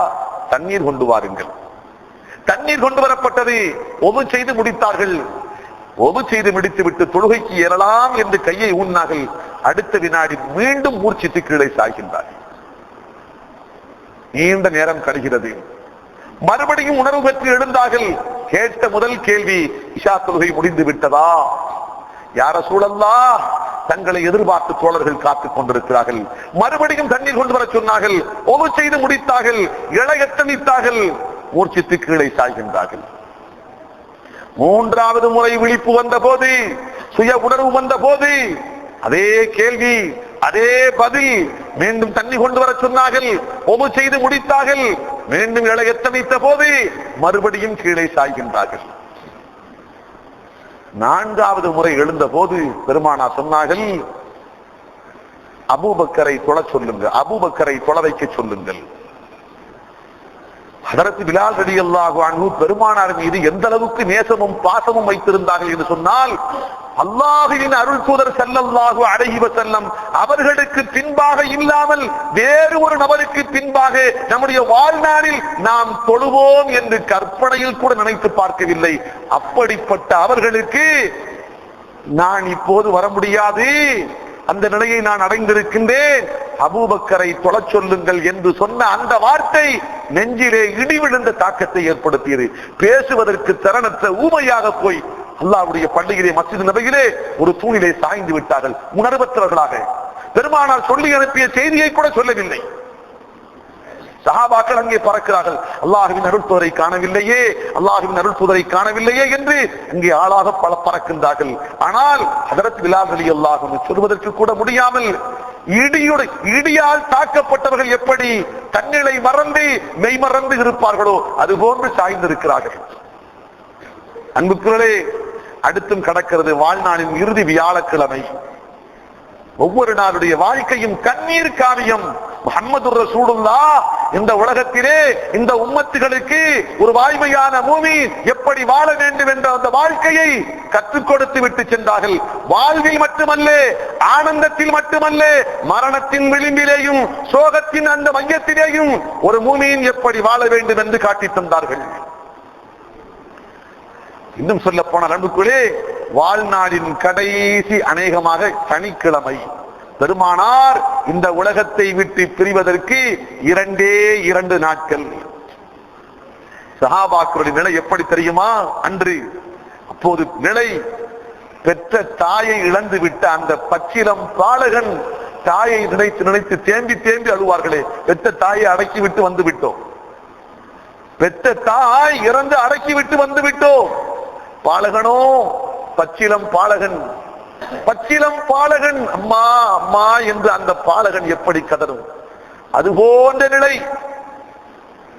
தாயை விட்டு பிரிந்து விட்ட குஞ்சுகள் நம் வீட்டிலே கொண்டு வந்து சில போது வெட்டிகளிலே அடைத்து வைத்திருப்போம். அப்போது அது கத்துகின்ற கத்து, அதனுடைய அர்த்தம் நமக்கு புரியாது. ஆனால் அதுவோ பெற்ற தாயை தேடுகின்றன. ஆம் அன்புக்குள்ளே, அதே போன்று அல்லாஹ்வின் அருள் தூதர் ஸல்லல்லாஹு அலைஹி வஸல்லம் சஃபர் மாதம் 28வது நாளைக்கு பின்பாக, குறிப்பாக தன்னுடைய வாழ்நாளின் இறுதி புதன்கிழமை மகரிபு தொழுகைக்கு பின்பாக பள்ளிக்கு வராத நிலையில் அருமை சஹாபா பெருமக்கள் தேம்பி தேம்பி அழுகிறார்கள். ஆங்காங்கே கூட்டம் கூட்டமாக அமர்ந்திருக்கிறார்கள். பெற்ற தாயை இழந்த அந்த மழலைகளை போன்று, தாயை பறிகொடுத்த அந்த குஞ்சுகளை போன்று ஆங்காங்கே அமர்ந்து அழுது கொண்டிருக்கிறார்கள், கண்ணீர் சிந்திக் கொண்டிருக்கிறார்கள். அந்த நிலையிலும் கூட அருமை நாயகம் ஸல்லல்லாஹு அலைஹி வஸல்லம் அவர்களுக்கு கொஞ்சம் புத்துணர்ச்சி கிடைத்தது. எப்படி? வரலாற்றில் பார்க்கிறோம், ஹதீஸிலே வருகிறது. ஹஜ்ரத் பிலால் ரலியல்லாஹு அன்ஹு அவர்களுக்கு பெருமானார் சொன்னார்கள், பிலாலே, மதீனா நகரத்தின் வெவ்வேறு கிணறுகளுக்கு சென்று 4 கிணறுகள், வெவ்வேறு கிணறுகளுக்கு சென்று 4 கிணறுகளில் இருந்து தண்ணீர் கொண்டு வாருங்கள். ஆம், இந்த காலத்தில் குடங்கள் பயன்படுத்தப்படுவதை போன்று அன்றைய காலத்தில் தோல் குருத்திகள் பயன்படுத்தப்பட்டன தண்ணீர் அள்ளி கொண்டு வருவதற்காக. 4 தோல் குருத்திகள் வெவ்வேறு கிணறுகளில் இருந்து தண்ணீர் நிரப்பப்பட்டு கொண்டு வரப்பட்டன. அருமை நாயகத்தின் அன்பு மனைவி அன்னை ஹப்ஸா ரலியல்லாஹு அன்ஹா அவர்களின் இல்லத்தில் ஒரு பெரிய பாத்திரம் இருந்தது, தொட்டியை போன்ற ஒரு பெரிய பாத்திரம். அல்லாஹ்வின் அருள் தூதர் அந்த பாத்திரத்திலே அமர்ந்தார்கள். 4 தோல் குருத்தியும் ஒன்றன் பின் ஒன்றாக திறக்கப்பட்டு பெருமானாருடைய புனிதமிக்க அந்த சிரசிலே ஊற்றப்படுகிறது. 4ஐயும் ஊற்றி முடித்ததற்கு பின்பாக கொளுத்தி கொண்டிருந்த அந்த காய்ச்சலின் வேகம் கொஞ்சம் குறைகிறது, கொஞ்சம் புத்துணர்ச்சி தருகிறது. இந்த நிலையில் பெருமானார் இந்த உலகத்தை விட்டு பிரியா விடை கொடுத்து நிரந்தரமாக செல்வதற்கு இன்னும் 2 நாள். நாளை ஒரு நாள் முழுமையாக ஞாயிற்றுக்கிழமை, மறுநாள் திங்கட்கிழமை லஹதத்துல் குபரா. 9க்கும் 12க்கும் இடைப்பட்ட அந்த லுஹாவுடைய நேரம் லஹவத்துல் குபரா. அல்லாஹ்வின் அருள் தூதர் இந்த உலகத்தை விட்டு விடைபெறுகிறார்கள். இந்த நிலையில் சனிக்கிழமை 4 தோல் குருத்திகளில் இருந்து கொண்டு வரப்பட்ட தண்ணீர் ஊற்றப்பட்டு கொஞ்சம் புத்துணர்ச்சி கிடைத்தவுடன் அல்லாஹ்வின் அருள் தூதர் இப்போது என்ன நினைக்கிறார்கள் தெரியுமா? ஒவ்வொரு தொழுகைக்கு போக வேண்டும். நடந்து போக முடியுமா? நடந்து கூட போக முடியாது. என்ன செய்தார்கள்? அலியே வாருங்கள். ஃபضل இப்னு அப்பாஸ், அருமை நாயகத்தினுடைய பெரிய தந்தை அப்பாஸ் ரலியல்லாஹு அன்ஹு அவருடைய மகனார் ஃபضل இப்னு அப்பாஸ், இந்த இருவரையும் அழைத்தார்கள். இருவரும் வந்தவுடன் அலி கர்ரமல்லாஹுடைய கழுத்திலே வலது கையை போட்டார்கள். ஃபضل இப்னு அப்பாஸ் ரலியல்லாஹு அன்ஹுடைய தோளிலே இடது கையை போட்டார்கள். பின்பு அந்த 2 பேரையும் சொன்னார்கள், நீங்கள் 2 பேரும் உங்களுடைய கைகளை கோர்த்து கொள்ளுங்கள் கீழே என்று கைகளை கோர்க்க சொல்லி தன்னுடைய வலது காலின் முட்டியை மடித்து கோர்க்கப்பட்ட கரத்திலே வைத்தார்கள். வைத்து என்னை அல்லாஹ்வுடைய பள்ளிக்கு எடுத்து செல்லுங்கள் என்றார்கள். அல்லாஹ்வின் அருள் தூதர் அல்லாஹ்வின் பள்ளிக்கு எடுத்து செல்லப்பட்டார்கள். எந்த நிலையில்? இன்னொரு காலை தூக்குவதற்கு கூட சக்தி இல்லை, ரோட்டிலே கோடு போட்டுக் கொண்டே போகிறது. இன்னொரு கால் தூக்க முடியவில்லை அல்லாஹ்வின் அருள் தூதருக்கு, ரோட்டிலே கோடு போட்டுக் கொண்டே போகிறது. அந்த நிலையில் பள்ளிவாசலுக்கு போய் செல்கிறார்கள். ஹஜ்ரத் அபூபக்கர் சித்தீக் ரலியல்லாஹு அன்ஹு தொழுகை நடத்தி கொண்டிருக்கிறார்கள். பெருமானாரை கண்டவுடன் பின் வாங்குகிறார்கள். அருமை நாயகம் ஸல்லல்லாஹு அலைஹி வஸல்லம் சைக்கினை செய்தார்கள், பின் வாங்க வேண்டாம், அங்கேயே இருங்கள். அருகாமையில் கொண்டு போய் பெருமானாரை உட்கார வைத்தார்கள். அருமை நாயகம் ஸல்லல்லாஹு அலைஹி வஸல்லம் இதுவரைக்கும் நடந்து கொண்டிருந்த தொழுகை, ஏற்கனவே நாம் சில தினங்களுக்கு முன்பாக ஒரு செய்தி சொன்னோம். அல்லாஹ்வின் அருள் தூதர் ஹயாத்தாக இருக்க அவர்களுக்கு இமாமாக இருப்பதற்கு யாருக்கும் எந்த அருகதையும் இல்லை. அப்படி நின்றால் அர்த்தம் விபரீதமான அர்த்தம் என்று பார்த்தோம். சித்தியக்குல் அக்பர் அந்த பாடத்தை சொல்லித் தருகிறார்கள். ஒரு சில ரக்காத்துக்கள் தொழுது வைத்து விட்டிருக்கலாம். அந்த நிலையிலும் அல்லாஹ்வின் அருள் தூதர் வந்தவுடன் அந்த இமாமத்துடைய பொறுப்பை மானசீகமாக ஒப்படைத்து விட்டு மௌனமாக நின்றார்கள். பெருமானார் அமர்ந்த நிலையில் அவர்கள் தக்பீர் சொல்கிறார்கள். மெதுவான லேசான குரலில் சொன்னார்கள். அதை வாங்கி பெருக்கி சொன்னார்கள், உரத்து சொன்னார்கள் சித்தியக்குல் அக்பர். அதை கேட்டு சஹாபாக்கள் பின்பற்றிக் கொள்வார்கள். அன்புக்குரியவர்களே, நாம் சொல்ல வருகின்ற செய்தி இதுதான். இந்த சமுதாயத்தில் சிலரை பார்க்கிறோமே, நாங்கள் எப்போதும் அல்லாஹ்வுடைய திக்ரிலே மறவாமல் இருக்கிறோம். யாருக்கு தொழுகை? நாள்தோறும் யார் அல்லாஹுவை மறக்கின்றார்களோ அவர்களுக்குத்தான் மறந்துவிட்ட அல்லாஹ்வை நினைவூட்டுவதற்காக, ஞாபகப்படுத்துவதற்காக தொழுகை. நாங்களோ சதா நேரம் அல்லாஹ்வுடைய நினைவில் தான் மூழ்கி இருக்கிறோம். ஆகவே எங்களுக்கு தொழுகை இல்லை, எங்களிடத்தில் வந்து சொல்லாதீர்கள் என்று அறிவீனமான முறையில் பேசுகின்றார்களே, அந்த மூடர்களுக்கு நாம் சொல்லுகின்ற விளக்கம், முஹம்மதுர் ரசூலுல்லாஹ் ஸல்லல்லாஹு அலைஹி வஸல்லம் அவர்களை விடவுமா நீங்கள் அல்லாஹ்வுடைய நினைவில் மூழ்கி இருக்கிறீர்கள்? அவர்களை விடவா நீங்கள் அல்லாஹுவை மறவாமல் நினைவு செய்கின்றீர்கள்? அந்த அல்லாஹுவின் அருள் தூதரே சக்கராத்துடைய நேரத்தில், சலுகை உண்டு என்ற அந்த நிலையில், சுயமாக நடந்து கூட செல்ல முடியாது என்ற அந்த நிலையில் இருவர் தூக்கி எடுத்து செல்ல, மறுபாதத்தை உயர்த்த முடியாமல் ரோட்டிலே கோடிட்டுக் கொண்டு சென்று அல்லாஹ்வுடைய தொழுகையை நிறைவேற்றினார்கள். ஜமாஅத்தோடு பள்ளியில் தொழுகையை நிறைவேற்றினார்கள் என்று சொன்னால் இவர்களை போய் நாம் என்னவென்று சொல்வது? அன்புக்குரியவர்களே, மார்க்கத்தின் சட்ட வரம்பை சிந்தித்து பார்த்தால் கடுமையான வார்த்தை. மார்க்கத்தினுடைய சட்டத்தை சிந்தித்து பார்த்தால் யார் இப்படி சொல்லுகின்றாரோ, ஒரு இஸ்லாமிய ஆட்சியின் கீழ் குடிமகனாக வாழ்ந்து கொண்டு, ஒரு நாட்டின் இஸ்லாமிய நாட்டின் ஒரு பிரஜையாக ஒருவன் இருந்து கொண்டு, நான் தொழுகையை எல்லாம் தொழ வேண்டிய தேவையில்லை என்ற கட்டத்திற்கு ஆன்மீகத்தில் முன்னேறிவிட்டேன் என்று ஒருவன் சொன்னால், எங்கே? இந்த நாட்டில் அல்ல, ஒரு இஸ்லாமிய நாட்டில் ஷரியத்து சட்டம் அரசியல் சாசன சட்டமாக ஏற்றுக்கொள்ளப்பட்டு செயல்படுத்தப்படுகின்ற ஒரு இஸ்லாமிய நாட்டில் குடிமகனாக இருக்கின்ற ஒருவன் இப்படி ஒரு வார்த்தை சொன்னால் அங்கே அவருக்கு பரிகாரம் என்ன தெரியுமா? அன்புக்குரியவர்களே, மற்ற கொலை குற்றவாளி எல்லோரையும் விட பின்னால் தள்ளி வைத்துவிட்டு முதலில் இவனை கொண்டு வந்தான் வெட்ட வேண்டும். மற்றவர்கள் எல்லாம் பலிபீடத்தில் கொண்டு வந்து ஏற்கனவே நிறுத்தப்பட்டிருக்கிறார்கள் பலர். பலிபீடம், வெட்டப்படுகின்ற பலிபீடம் சுற்றி நிறுத்தப்பட்டிருக்கின்றார்கள் பலர். அவர்களை எல்லாம் பின்னுக்கு தள்ளிவிட்டு இவனைத்தான் முதலிலே கொண்டு வர வேண்டும், இவனை கொண்டு வந்து முதலிலே வெட்ட வேண்டும். அவ்வளவு கொடிய பாதகன் இவன். இவன் சொன்ன அந்த வார்த்தை, இவன் நடந்து கொள்ளுகின்ற விதம், இவன் பேசுகின்ற வேதாந்தம் அத்தனை கொடிய பாவம் மார்க்கத்தின் பார்வையில். ஆனால் அன்புக்குரியவர்களே, நாம் இன்று சிந்தித்து பார்க்கின்றோம், அல்லாஹ்வுடைய நினைவுக்காகத்தான் தொழுகை. ஆனால் நம்மில் பலர் அந்த நினைவுக்காக ஆக்கப்பட்ட தொழுகையிலேயே நினைவற்றவர்களாக நாம் இருந்து கொண்டிருக்கிறோம்.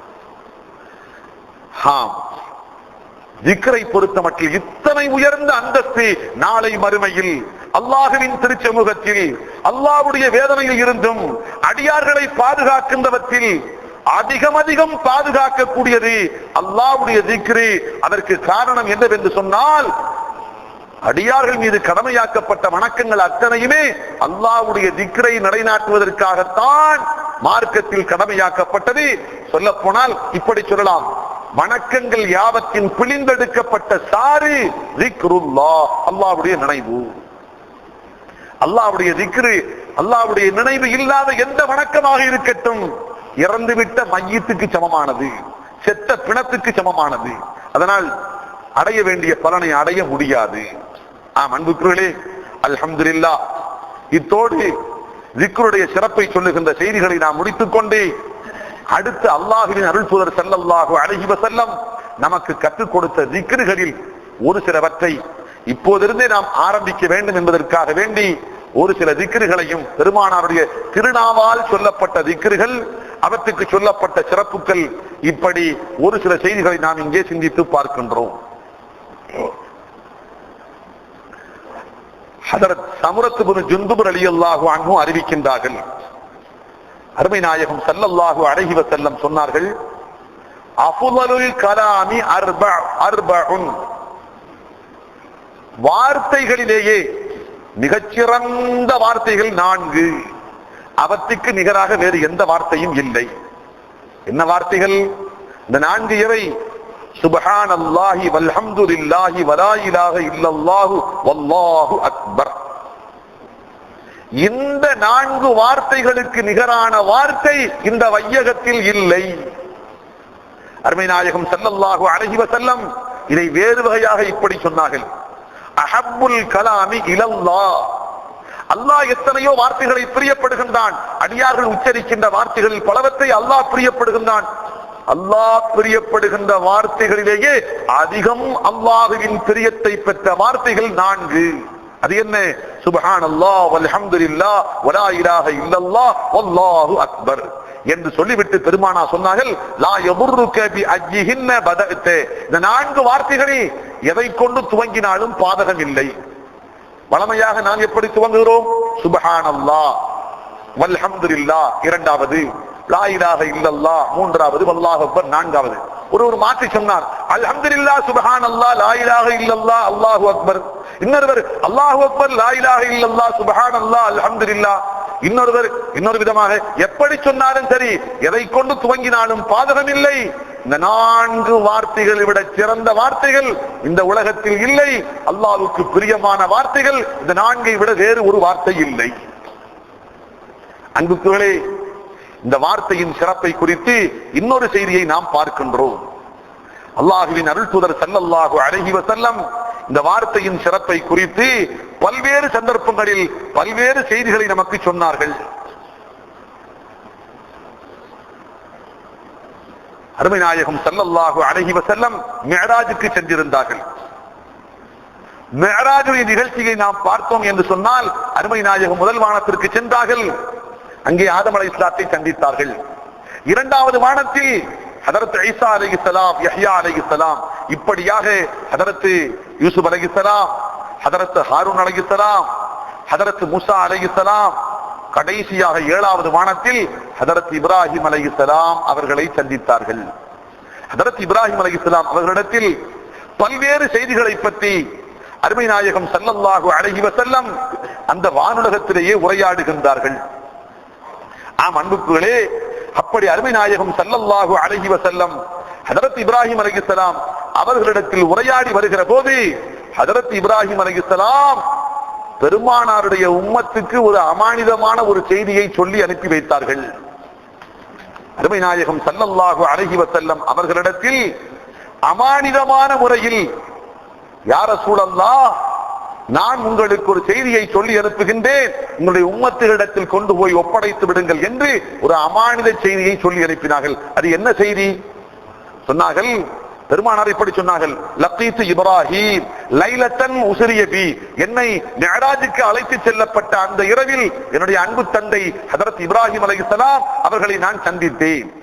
அப்படி சந்தித்த போது சொன்னார்கள், யா முஹம்மத், முஹம்மது அவர்களே ஸல்லல்லாஹு அலைஹி வஸல்லம், இக்ரா உம்மத்தக மின்னி ஸலாம், நீங்கள் திரும்ப சென்று உங்களுடைய உம்மத்துகளுக்கு என்னுடைய சலாத்தை சொல்லுங்கள். அஸ்ஸலாமு அலைக்கும், என்னுடைய சலாத்தை அவர்களுக்கு சொல்லுங்கள்.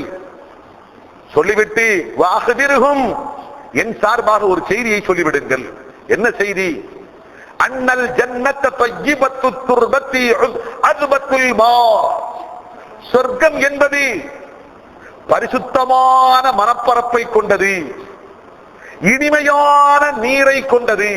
சொர்க்கம் பரிசுத்தமான மணல் பரப்பை கொண்டது, இனிமையான தண்ணீரை கொண்டது. ஆனால் அந்த சொர்க்கத்தின் சில பாகங்கள் ஏதுமில்லாத சமதளமாக சமவெளியாக இருக்கிறது. எந்த ஒன்றுமே இல்லாமல், எதுவும் நடப்படாமல் சமதளமாக சமவெளியாக இருக்கிறது. அந்த சமவெளியில் அடியார்கள் விரும்புகின்ற ஒன்றை நட்டு வளர்க்க வேண்டும். அவர்கள் வருகிற போது அது பிரியப்படுகின்ற அந்த செடியாக, அடர்ந்த மரமாக, சோலை வனமாக அவர்கள் வருகிற போது அவர்கள் பெற்றுக் கொள்ள வேண்டும் என்று சொன்னால், அங்கே நடுகின்ற நடவை நான் சொல்லித் தருகின்றேன். என்ன நடவு சொன்னார்கள்? அந்த ஒன்றுமில்லாத சமவெளியில் நடுவதாகிறது. சுப்ஹானல்லாஹ் வல்ஹம்துலில்லாஹ் வலா இலாஹ இல்லல்லாஹ் வல்லாஹு அக்பர். இந்த வார்த்தைகளை ஒரு அடியார் சொல்லுகிறார் என்று சொன்னால், அவர் சொன்ன இந்த வார்த்தையின் சார்பாக அந்த ஏதுமற்ற சமவெளியில் அல்லாஹ் சொர்க்கத்து மரங்களை நடுகின்றான். இந்த செய்தியை தாங்கள் திரும்பியதற்கு பின்பாக தங்களுடைய உம்மத்துகளுக்கு என் சார்பாக சொல்லுங்கள் யா ரசூலே. அருமை நாயகம் ஸல்லல்லாஹு அலைஹி வஸல்லம் திரும்பி வந்ததற்கு பின்பாக தோழர்களுக்கு மத்தியில் இந்த செய்தியை சொல்லி காண்பித்தார்கள். ஆம் அன்புக்குகளே, அதே போன்று இதை குறித்து அருமை நாயகம் ஸல்லல்லாஹு அலைஹி வஸல்லம் வேறு பல செய்திகளையும் சொல்லி இருக்கின்றார்கள். இன்னொரு ஹதீஸை பார்க்கின்றோம்.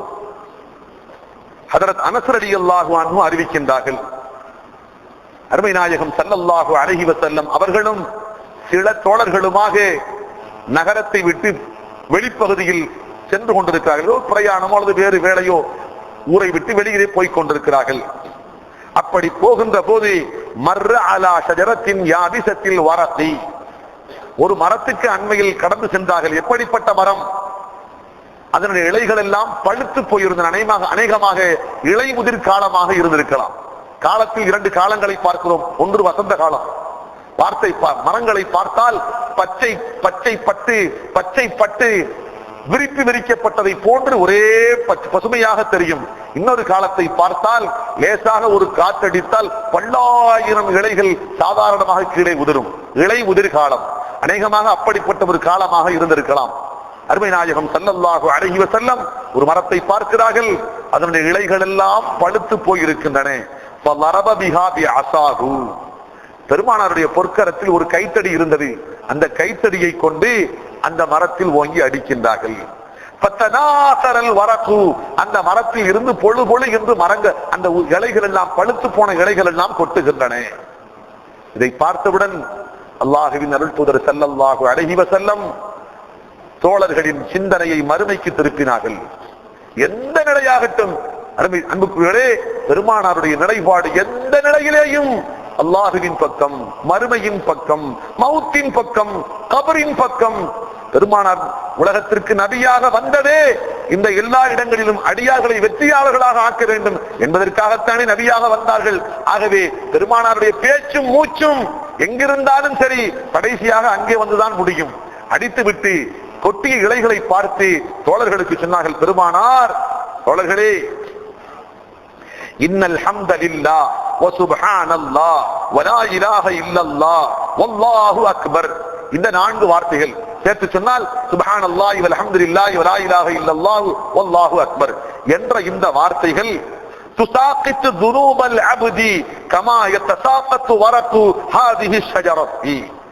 இந்த மரத்தில் இருந்து இப்போது எப்படி இலைகள் உதிர்ந்து கொட்டினவோ அதே போன்று இந்த வார்த்தையை அப்பழுக்கத்த பரிசுத்தமான இதயத்தோடு ஒன்றித்த உள்ளத்தோடு ஒருவர் ஒழிகின்ற போது அல்லாஹ் அவருடைய பாவங்களை உதிரச் செய்கின்றார்.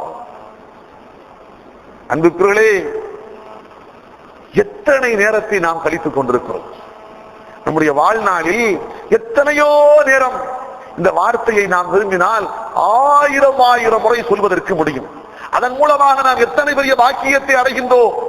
பாவங்கள் கழுவப்படுகின்றன, சொர்க்கத்தில் மரம் நடப்படுகிறது, அல்லாஹ்வுக்கு பிரியமான வார்த்தையை நாம் சொல்லி இருக்கிறோம்.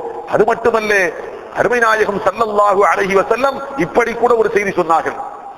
இந்த 4 வார்த்தைகள் என்னை பொறுத்த மட்டில் பெருமானார் தனக்கு சொன்னார்கள். நன்மை சொன்னாலாவது நியாயம் இருக்கிறது. நாம் எல்லாம் அற்ப இந்த உலகத்தின் மீது மோகம் கொண்டு அலைந்து கொண்டிருக்கிறோம். பெருமானார் இந்த உலகத்தில் பத்தற்றவர்கள்.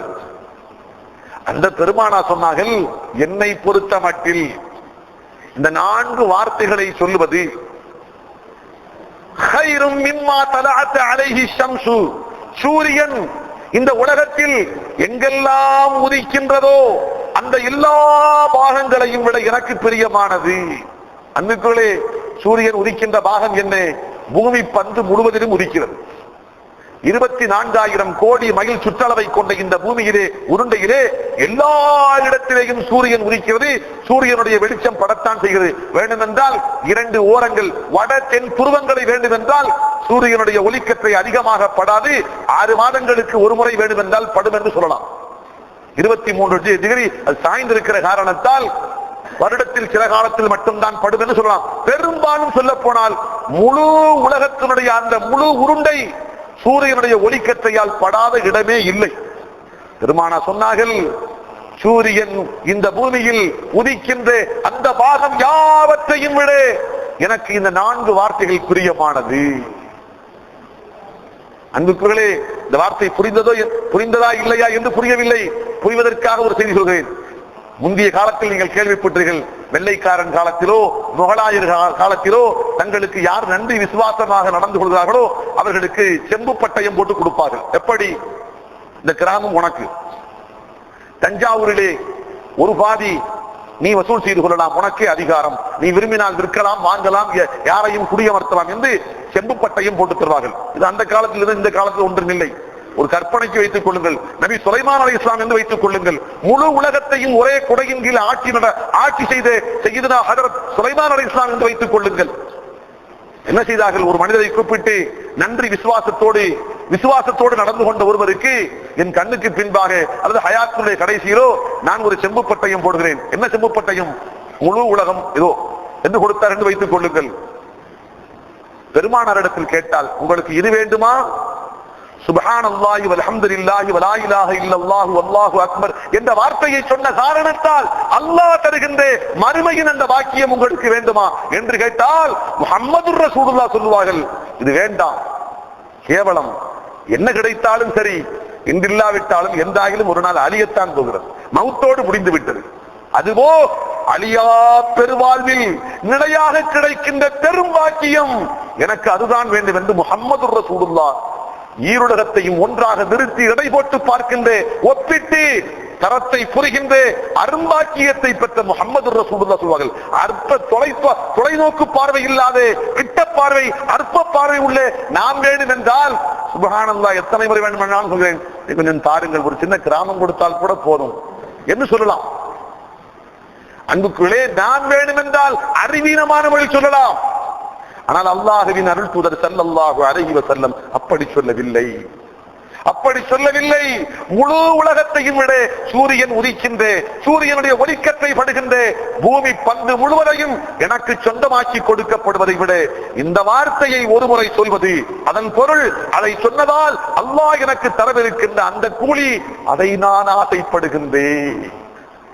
அன்புக்குள்ளே அருமை நாயகம் ஸல்லல்லாஹு அலைஹி வஸல்லம் இப்படியும் சொன்னார்கள். சலாத்துல் ஹலாயிகி சுப்ஹானல்லாஹ், சலாத்துல் ஹலாயிகி, இந்த உலகத்தில் படைக்கப்பட்ட படைப்பினங்கள் யாவும் அல்லாஹுவை தஸ்பீஹ் செய்து கொண்டிருக்கின்றன. அவற்றின் தஸ்பீஹ் சுப்ஹானல்லாஹ்.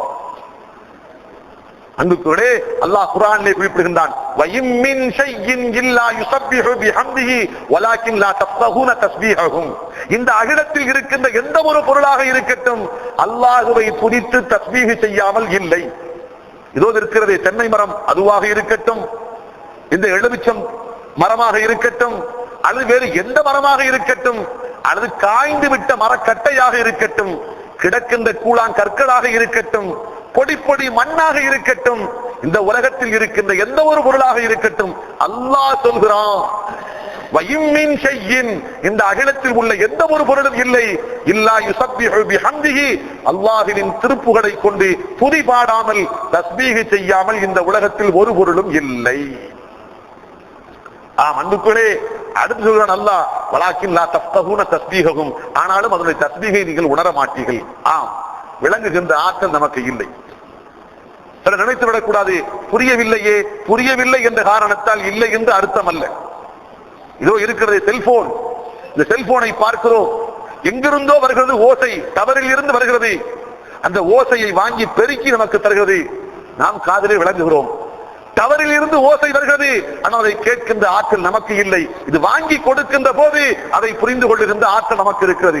இதற்காக டவரில் இருந்து ஒரு ஓசை வருகிறது, அலைவரிசையாக ஒரு ஓசை வருகிறது என்று நான் சொல்கிற போது எனக்கு கேட்க முடியவில்லை, அதை ஆகவே நான் ஏற்றுக்கொள்ள மாட்டேன், அதை நான் மறுக்கிறேன் என்று சொன்னால் ஏற்றுக்கொள்ள முடியுமா? விஞ்ஞானம் பொய்ப்பிக்கிறது. டவரில் இருந்தும் ஓசை வருகிறது, மிக மிக நுணுக்கமான ஓசை. செல்போன் அதை வாங்கி அதை பெருக்கி நம் காதுகளுக்கு தருகிறது. அது போன்ற அன்புக்குகளே அல்லாஹ்வுடைய அருள் தூதருடைய பொற்கரம் இந்த செல்போன் வேலையை ஒரு முறை செய்தது. அல்லாஹ்வின் அருள் தூதர் ஸல்லல்லாஹு அலைஹி வஸல்லம் ஒரு கல்லை எடுத்தார்கள். அருகாமையில் இருந்த சஹாபாக்களுக்கெல்லாம் பெருமானார் எடுத்தவுடன் சுப்ஹானல்லாஹ் சுப்ஹானல்லாஹ் என்ற ஓசை அந்த கல்லில் இருந்து நல்ல விதமாக கேட்கும் விதமாக வெளிப்பட்டது. அருமை நாயகத்திலே பொற்கரத்தில் கற்கள், அதிலும் தஸ்பீஹ் ஓசையோடு வெளிப்பட்டது. ஆக இங்கே அருமை நாயகம் ஸல்லல்லாஹு அலைஹி வஸல்லம் சொல்கிறார்கள், அகிலத்தில் உள்ள எந்த பொருளாகட்டும் தஸ்பீஹ் செய்யாமல் இல்லை. அடுத்து சொன்னார்கள் வல்ஹம்து, இது சுப்ஹானல்லாஹ். அடுத்து வல்ஹம்துலில்லாஹ், கலிமத்து ஷுக்ர், எல்லா புகழும் அல்லாஹ்வுக்கே என்ற இந்த வார்த்தை நன்றிக்குரிய வார்த்தை. 3 லா இலாஹ இல்லல்லாஹ், கலிமத்துல் இக்லாஸ், பரிசுத்தப்படுத்துகின்ற வார்த்தை. அன்புக்குள்ளே, உலகத்தில் மற்ற எல்லா திக்ர்களை விட லா இலாஹ இல்லல்லாஹ் என்ற திக்ர் இருக்கிறது. இந்த திக்ர் அடியானுடைய கல்வை தூய்மைப்படுத்தும். என்ன தூய்மைப்படுத்தும்? பாவத்தின் மீது இருக்கின்ற மோகத்தை அறுத்தெடுக்கும். அல்லாஹ்வை தவிர்த்து பிறவத்தின் மீது இருக்கின்ற அந்த நம்பிக்கைகளை அறுத்தெடுக்கும். மொத்தத்தில் தௌஹீதுக்கு புறம்பான, ஏகத்துவத்துக்கு புறம்பான எண்ணங்கள் ஒரு மனிதனிடத்தில் ஏற்படுத்தி இருக்கின்ற மாசு, மறு, அழுக்காறுகள் அனைத்தையும் தூய்மைப்படுத்தி எல்லா நிலையிலையும் அல்லாஹ்வோடு ஒன்றித்து அல்லாஹ்வே சார்ந்திருக்கின்ற ஒரு மகத்தான ஆற்றலை ஏற்படுத்துகின்ற வல்லமையை பெற்ற ஒரு வார்த்தை லா இலாஹ இல்லல்லாஹ். அதனால் தான் பெருமானார் சொன்னார்கள், லா இலாஹ இல்லல்லாஹ் கலிமத்துல் இக்லாஸ், பரிசுத்தத்தை, நெஞ்சத்தில் பரிசுத்தத்தை ஏற்படுத்துகின்ற வார்த்தை. கடைசியாக சொன்னார்கள் வல்லாஹு அக்பர் தம்லஉ மா பைன ஸமாஇ வல் அர்த். அல்லாஹு அக்பர் என்பது வானம் பூமிக்கு மத்தியில் உண்டான பாகத்தை நன்மையால் நிரப்பிவிடும். வைதா காலல் அப்து, இத்தனைக்கு பின்பாக, 4 வார்த்தையை சொன்னதற்கு பின்பாக, இதா காலல் அப்து, அடியான் சொன்னால், எப்படி லா ஹவுல வலா குவத்த இல்லா பில்லாஹ் என்று சொன்னால் அல்லாஹ் ரப்புல் ஆலமீனுடைய புறமிருந்து ஒரு வார்த்தை வெளிப்படுகிறது. என்ன சொல்றான் அல்லாஹ்? அல்லாஹ் சொல்லுவானாம், அஸ்லமே வஸ்தஸ்லமே, இந்த அடியான் அஸ்லமே எனக்கு கட்டுப்பட்டு பணிந்து விட்டான், வஸ்தஸ்லமே இந்த பிரபஞ்சத்தில் இருக்கின்ற எல்லாமே அவனை போன்று அல்லாஹ்வுக்கு கட்டுப்பட்டு பணிய வேண்டும் என்று தேடிவிட்டான். அன்புக்குள்ளே, அல்லாஹ் சொல்லுகின்ற வார்த்தை. இந்த 4ஓடு அதையும் சேர்த்து சொன்னால், லா ஹவுல வலா குவத்த இல்லா பில்லாஹ் என்ற வார்த்தையையும் சேர்த்து சொன்னால், வார்த்தை முடிகின்ற அடுத்த வினாடி அல்லாஹ் சொல்லுகிறான், எப்படி? அஸ்லமே, இந்த அடியான் எனக்கு கட்டுப்பட்டு பணிந்து விட்டான். வஸ்தஸ்லமே, இந்த பிரபஞ்சத்தில் இருக்கின்ற எல்லா பொருட்களும் அவனை போன்று எனக்கு கட்டுப்பட்டு பணிய வேண்டும் என்று தேடிவிட்டான். அன்புக்குள்ளே, சொல்லிக்கொண்டே போகலாம், சொல்லிக்கொண்டே போகலாம். 1000 சிறப்புகள். இன்ஷா அல்லாஹ் நேரம் அதிகமாகிவிட்டது என்ற காரணத்தால் நாளை பொறுக்கி எடுக்கப்பட்ட அதிமுக்கியமான சில திக்ர்களை மட்டும் அருமை நாயகம் ஸல்லல்லாஹு அலைஹி வஸல்லம் அவற்றின் சிறப்புகள் என்று என்ன சொன்னார்களோ அந்த சிறப்புகளோடு சேர்த்து இன்ஷா அல்லாஹ் நாளை தினம் நாம் பார்ப்போம். அன்புக்குரியவர்களே, உங்களிடத்தில் கேட்டுக்கொள்ள வருவது முக்கியமான ஒரு செய்தி. இந்த வார்த்தையை அல்ஹம்துலில்லாஹ் புனிதமிக்க ரமலானுடைய பெரும்பகுதியை நாம் கடந்து வந்து விட்டோம். இன்னும் எஞ்சி இருப்பது எத்தனை நாட்களோ, இன்னும் எஞ்சி இருப்பது 6 அல்லது 5 அல்லாஹ்வுக்குத்தான் வெளிச்சம். இந்த கடைசி இந்த நிலையிலாவது கழிகின்ற ஒவ்வொரு வினாடியையும் அல்லாஹ்வை சந்தோஷப்படுத்துகின்ற முறையில், அல்லாஹ்வுடைய பொருத்தத்தை பெறுகின்ற முறையில், அல்லாஹ்வுடைய திக்ரை நாவில் உச்சரித்தவர்களாக நாம் இந்த பொழுதுகளை கழிப்பதற்கு முன் வருவோம். அன்புக்குரியவர்களே, வாழ கொடுத்த பாக்கியம் ஒரே ஒரு முறைதான், பிறப்பும் இறப்பும் ஒரு முறைதான். மீண்டும் நாம் இந்த உலகத்தில் பிறக்கப் போவதில்லை. எத்தனை பேருக்கு இந்த ரமலான் இறுதி ரமலானோ அதையும் யாரும் அறிய மாட்டோம். ஒரு கவிஞர் சொன்னார், சிலர் வீடு கட்டும் பணியில் ஈடுபட்டிருக்கின்றார்கள், மணமுடிக்கும் பணியில் ஈடுபட்டிருக்கின்றார்கள். நிலைமையோ அவர்களுக்கென நெய்யப்பட்ட கபனுடை நெய்யப்பட்டு கடை தெருவுக்கு விற்பனைக்கு வந்து விட்டது. இவரோ கட்டிடம் கட்டி கொண்டிருக்கின்றார், மனமுடித்து அழகு பார்த்துக் கொண்டிருக்கிறார். அன்புக்குரியவர்களே, சிந்தித்து பாருங்கள். பலருக்கு கபனுடை நெய்யப்பட்டு கடை தெருவுக்கு விற்பனைக்கு வந்து விட்டது. இந்த உடையில் தான் இவருடைய வெற்றுடல் சுருட்டி அடக்கப்படும் என்று வந்துவிட்டது. இந்த நிலையில் புரிந்து கொள்ளாமல், இந்த நிலையில் உணர்ந்து கொள்ளாமல் அவரோ என்னவோ காரியத்தில் ஈடுபட்டுக் கொண்டிருக்கிறார். ஒன்றை மட்டும் தெளிவாக நாம் தெரிந்து கொள்ள வேண்டும். அன்புக்குரியவர்களே, வாழ கொடுத்த பாக்கியம் அல்லாஹ் ஒரே ஒரு முறைதான் கொடுத்திருக்கிறான். இந்த உலகம் நம்ம யாருக்கும் நிரந்தரம் இல்லை. தேட வந்த உலகம், வாழ வந்த உலகம் அல்ல இது. தேட வந்த உலகம், உதாரணம் சொல்ல வேண்டும் என்று சொன்னால், நாம் எல்லோரும் ஒரு கப்பலிலே அமர்ந்து ஒரு பிரயாணம் போனோம் என்று வைத்துக் கொள்ளுங்கள். ஏதோ ஒரு நாட்டுக்கு போகிறோம். எந்த ஜாமான பொருட்களும் இல்லாமல் போன நாம் ஒரு 100 மைலை தாண்டியதற்கு பின்பாக ஒரு அருமையான ஒரு தீவு என்று வைத்துக் கொள்ளுங்கள். தீவுக்குள்ளே அந்த கப்பல் தலைவர் இறக்கி விட்டார் எல்லோரையும். என்ன சொன்னார்? நீங்கள் என்னென்ன விரும்புகிறீர்களோ, நீங்கள் தாயகத்துக்கு போக போகிறீர்கள், நிரந்தரமாக தங்குகின்ற ஊருக்கு போக போகிறீர்கள், இனி மீண்டும் நீங்கள் வரப்போவதில்லை. இந்த பிரயாணத்தில் தேவைப்படுகின்ற பொருட்களும் போய் சேர்ந்த இடத்தில் உங்களுக்கு பயன்படுகின்ற பொருட்கள் எல்லாமே இந்த தீவிலே நிறைந்து கிடக்கின்றன. அள்ளி அள்ளி குவித்துக் கொள்ளுங்கள். உண்ணுகின்ற உணவுப் பொருளும் கிடைக்கும். அதற்கு மாற்றமாக அங்கே கொண்டு போய் எதை கொடுத்தால் கோடி கோடியாக பணம் கிடைக்குமோ அப்படிப்பட்ட மாணிக்கம், மரகதம், கோமேதமம், புஷ்பராகம், அப்படிப்பட்ட பொருட்களும் அங்கே கிடைக்கிறது. அள்ளி குவித்துக் கொள்ளுங்கள். ஆனால் ஒரு நாள் தான் அவகாசம். காலையில் 6 மணிக்கு நான் இறக்கி விடுகின்றேன். மாலை 6 மணிக்கு கப்பல் புறப்பட்டுவிடும். யார் வந்தாலும் சரி, வராவிட்டாலும் சரி. அன்புக்குள்ளே கூட்டம் இறங்கி போனது. ஒரு கூட்டம் பார்த்தது அப்படியே உள்ளத்தை கொள்ளை கொள்ளுகின்ற அளவுக்கு இயற்கை அழகு கொட்டி கிடக்கிறது. எங்கு பார்த்தாலும் பரவசம் ஊட்டுகிறது. அந்த மலை தொடர்கள், அருமையான மரங்கள், அங்கே அடர்ந்திருக்கின்ற மலர்கள், அங்கே ரீங்கார விட்டுக் கொண்டிருக்கின்ற பறவைகள், ஆஹா, மெய்மறக்க செய்கிறது. இத்தனைக்கு மத்தியில் சென்ற அந்த கூட்டத்தில் ஒரு கூட்டம் எதையும் சட்டை செய்யவில்லை. என்னை வசப்படுத்துகின்ற எதற்கும் நான் தயாரில்லை. நான் வந்த நோக்கம் எதுவோ அதை நான் நிறைவேற்றினேன் என்று சாக்கை துடித்தார்கள். கிடக்கின்ற மாணிக்கத்தை, மரகதத்தை, கோமேதவத்தை, முத்து யாவற்றையும் அள்ளி அள்ளி நிரப்பினார்கள். தூக்கி போட்டு மூடுகிற எந்த அளவுக்கு தூக்க முடியுமோ தூக்கி கொண்டு வந்து கப்பலிலே அல்ஹம்துலில்லாஹ் என்று உட்கார்ந்து கொண்டார்கள். இன்னொரு கூட்டத்தை பார்த்தோம். அன்புக்குள்ளே அங்கே தெரியவில்லை. இன்னொரு விஷயத்தை தெரிய வேண்டும். அங்கே பார்க்கிற போது முத்து முத்தாக தெரியவில்லை. ஆனால் சொல்லி அனுப்பினார், இது முத்துத்தான், கவலைப்படாதே, முத்து என்பது அங்கே வந்தால் தெரியும், தாயகத்துக்கு வந்தால் முத்து என்பது தெரியும். இப்போது பார்க்கிற போது முத்தாக தெரியாது, கல்லை போன்று இருக்கும். ஆனால் பட்டை நீட்டினால் அது மாணிக்கம், செம்மாணிக்கம் அல்லது ஊதாக்கல்லாக இருக்கும். அள்ளிக்கொண்டு வா என்று சொல்லி அனுப்பினார். அப்படி போன அவர்கள் அள்ளிக்கொண்டு வந்து விட்டார்கள். இன்னொரு கூட்டத்தை பார்த்து, இது என்ன சாதாரண கல்லு, அங்க பாருங்கள், என்ன அருமையான பறவை, அப்படி வைத்து போயிருந்தார்கள். அங்கே பார்த்தார்கள், என்ன அருமையான மலர், பரவசம் ஊட்டுகிற மலர். அந்த மலரை பிடிங்க, அவர் மலரை பறித்தெடுத்தார்கள். அந்த மலரை எல்லாம் அள்ளி வைத்துக் கொண்டார்கள். இப்படியாக பரவசம் ஊட்டுகின்ற பொருட்கள் என்று எவற்றை கருதினார்களோ அவற்றை எல்லாம் பறித்து சேர்த்தார்கள். அன்புக்குள்ளே மாலை நேரமானது. கப்பல் தலைவன் தன்னுடைய ஓசையை எழுப்புகின்றான். எல்லோரும் போய் சேர்ந்து விட்டார்கள். கடைசியாக பார்த்தால், ஆரம்பத்தில் அள்ளி கொண்டு வந்தார்களே மாணிக்கம், மரகதம், அவர்கள் எல்லாம் போகிற போதும் சந்தோஷம். என்னிடத்தில் செல்வம் இருக்கிறது, அங்கேயே தெரிந்து விட்டது. கப்பல் புறப்பட்ட உடனேயே அங்கேயே தெரிந்து விட்டது. காரணம், மாற்றி வைத்துக் கொள்ளுங்கள். மாலை 6 மணிக்கு கொண்டு போய் இறக்கினார். அதிகாலை 6 மணிக்கு புறப்பட்டு விட்டது. இப்போது சூரியன் வெளிச்சம் வந்து விட்டது.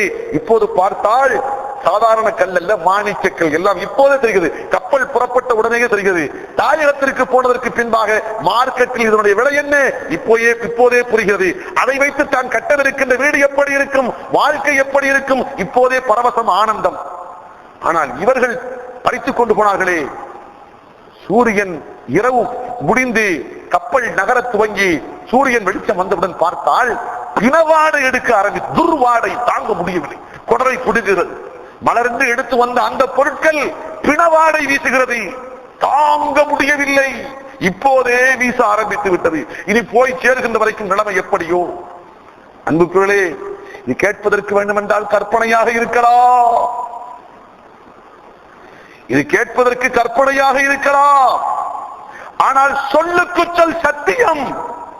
அன்புக்குள்ளே தெரிந்து கொள்ளுங்கள், இந்த உலகத்தில் நாம் வாழுகிற போது சுப்ஹானல்லாஹில் அஸீம் வ பிஹம்திஹி என்று சொல்கிறோமே, இது சொர்க்கத்தின் ஒரு பேரித்த மரம். சுப்ஹானல்லாஹ் வல்ஹம்துலில்லாஹ் வலா இலாஹ இல்லல்லாஹ் வல்லாஹு அக்பர் என்று நாம் சொல்கிறோமே, இது நாளை மறுமையில் சொர்க்கத்தின் உயர்ந்த ஒரு அந்தஸ்து. ஆனால் இங்கே அதனுடைய அருமை தெரியாது. காசின் அருமை தெரியும், பொருளின் அருமை தெரியும். அல்லாஹ்வுடைய இபாதத்தினுடைய வணக்கத்தினுடைய 2 ரக்காத்து தொழுகையினுடைய அருமை, ஒரு தஸ்பீஹினுடைய அருமை உலகத்தில் தெரியாது. ஆனால் கப்பல் புறப்படுமே, சக்கராத்து நேரம், சக்கராத்து நேரம், கப்பல் புறப்பட்டு விட்டது, மறுமை பயணம் துவக்கி விட்டது, போய் சேர வேண்டிய இடம் மறுமை. அப்போது தெரிய ஆரம்பிக்கும். சேர்த்து கொண்டார்களே தொழுகை, குர்ஆன், தஸ்பீஹ், ஸிக்ர், துஆ, தர்மம் சேர்த்து கொண்டார்களே. உலகத்தில் வாழ போது கஷ்டமாக தர்மம் காசை கொடுக்கிறோமே, நேரத்தை ஒதுக்கி ஸிக்ர் செய்கின்றோமே, கஷ்டமாக தெரிந்தது. மவுத்துனுடைய சக்கராத்து நேரத்தில் இருந்து அதனுடைய அருமை புரிய ஆரம்பித்துவிடும். ஆனால் இங்கே குடி, கும்மாளம், கூத்து, விபச்சாரம், அநியாயம், அக்கிரமம், அதர்மம் வாழ்ந்தார்களே, உலகத்தில் பரவசமாக இருந்தது. சக்கராத்துடைய நேரத்திலேயே அதனுடைய பிணவாடை ஆரம்பித்துவிடும். சண்டாளனே, காலமெல்லாம் குடிகாரனாக இருந்தாயா? அட சண்டாளனே, ஹராமான சம்பாத்தியத்திலா வாழ்ந்தாய்? நீ ஹராமான பாதையிலா சம்பாதித்தாய்? ஊரை அடித்து உலகிலே போட்டு விட்டா உன்னுடைய வாழ்க்கையை நகர்த்தினாய். சக்கராத்துடைய நேரத்தில் இருந்தே அவன் வாழ்ந்த வாழ்க்கையின் பிணவாடை அவனுக்கு ஆரம்பமாகிவிடும். அன்புக்குகளே, கடைசியாக ஒரு செய்தியோடு இந்த விஷயத்துக்கு நாம் முடிவுக்கு வருவோம். சொர்க்கத்தை பற்றி நாம் எல்லாம் கேள்வியுற்றிருப்போம். சொர்க்கத்தில் கவலையே இல்லை, சொர்க்கத்தில் மகிழ்ச்சியோ மகிழ்ச்சி, ஆனந்தமோ ஆனந்தம், இன்பமோ இன்பம், வாலிபமோ வாலிபம், முதுமை இல்லை, சோர்வு இல்லை, கவலை இல்லை, துக்கம் இல்லை, சதைவு இல்லை, எல்லாமே மாற்றம் மாற்றம் மாற்றம். அப்படிப்பட்ட பேரின்ப பெருவாழ்வை தருகின்ற சொர்க்கத்து அந்த சோலையில் அன்புக்குகளே எந்த கவலையும் இல்லை. ஆனால் அந்த சொர்க்கத்திலும் சொர்க்கவாதிகள் அவ்வப்போது கவலைப்படுவார்களாம். இந்த செய்தி நீங்கள் கேட்டதுண்டா? சொர்க்கவாதிகள் சொர்க்கத்திலேயும் இடையிடையே கவலைப்படுவார்களாம். கவலையே இல்லாத உலகம் சொர்க்கம். என்ன கவலைப்படுவார்களாம்? என்ன கவலைப்படுவார்கள்? அல்லாஹ்வின் அருள் தூதர் ஸல்லல்லாஹு அலைஹி வஸல்லம் சொன்னார்கள். எப்படி? உலகத்தில் அல்லாஹ்வுடைய திக்ரு இல்லாமல் தங்களுடைய வாழ்க்கையில் கழிந்தனவே அந்த வினாடிகளை குறித்து, அந்த நிமிடங்களை குறித்து வேதனைப்படுவார்களாம். அல்லாஹ், அந்த நேரத்திலேயும் ஒரு சுப்ஹானல்லாஹ் சொல்லியிருந்தால், அந்த நேரத்திலேயும் ஒரு கலிமாவை நான் சொல்லியிருந்தால், இந்த சொர்க்கத்தில் அல்லாஹ் எனக்கு இன்னும் ஒரு அந்தஸ்தை மேலே கொடுத்திருப்பானே, அல்லாஹ் என்னுடைய சொர்க்கத்து மாளிகையை இன்னும் மாணிக்கத்தால் அல்லாஹ் மாற்றி கொடுத்திருப்பானே, இன்னும் சொர்க்கத்து பரப்பை அல்லாஹ் எனக்கு சொந்தமாக்கி கொடுத்திருப்பானே. அதோ என்னை விட உலகத்தில் சாதாரணமாக இருந்தான், ஆனால் இப்போது உயர்ந்த அந்தஸ்தில் இருக்கின்றானே, அவனுக்கு நிகராக நான் ஆகியிருப்பேனே.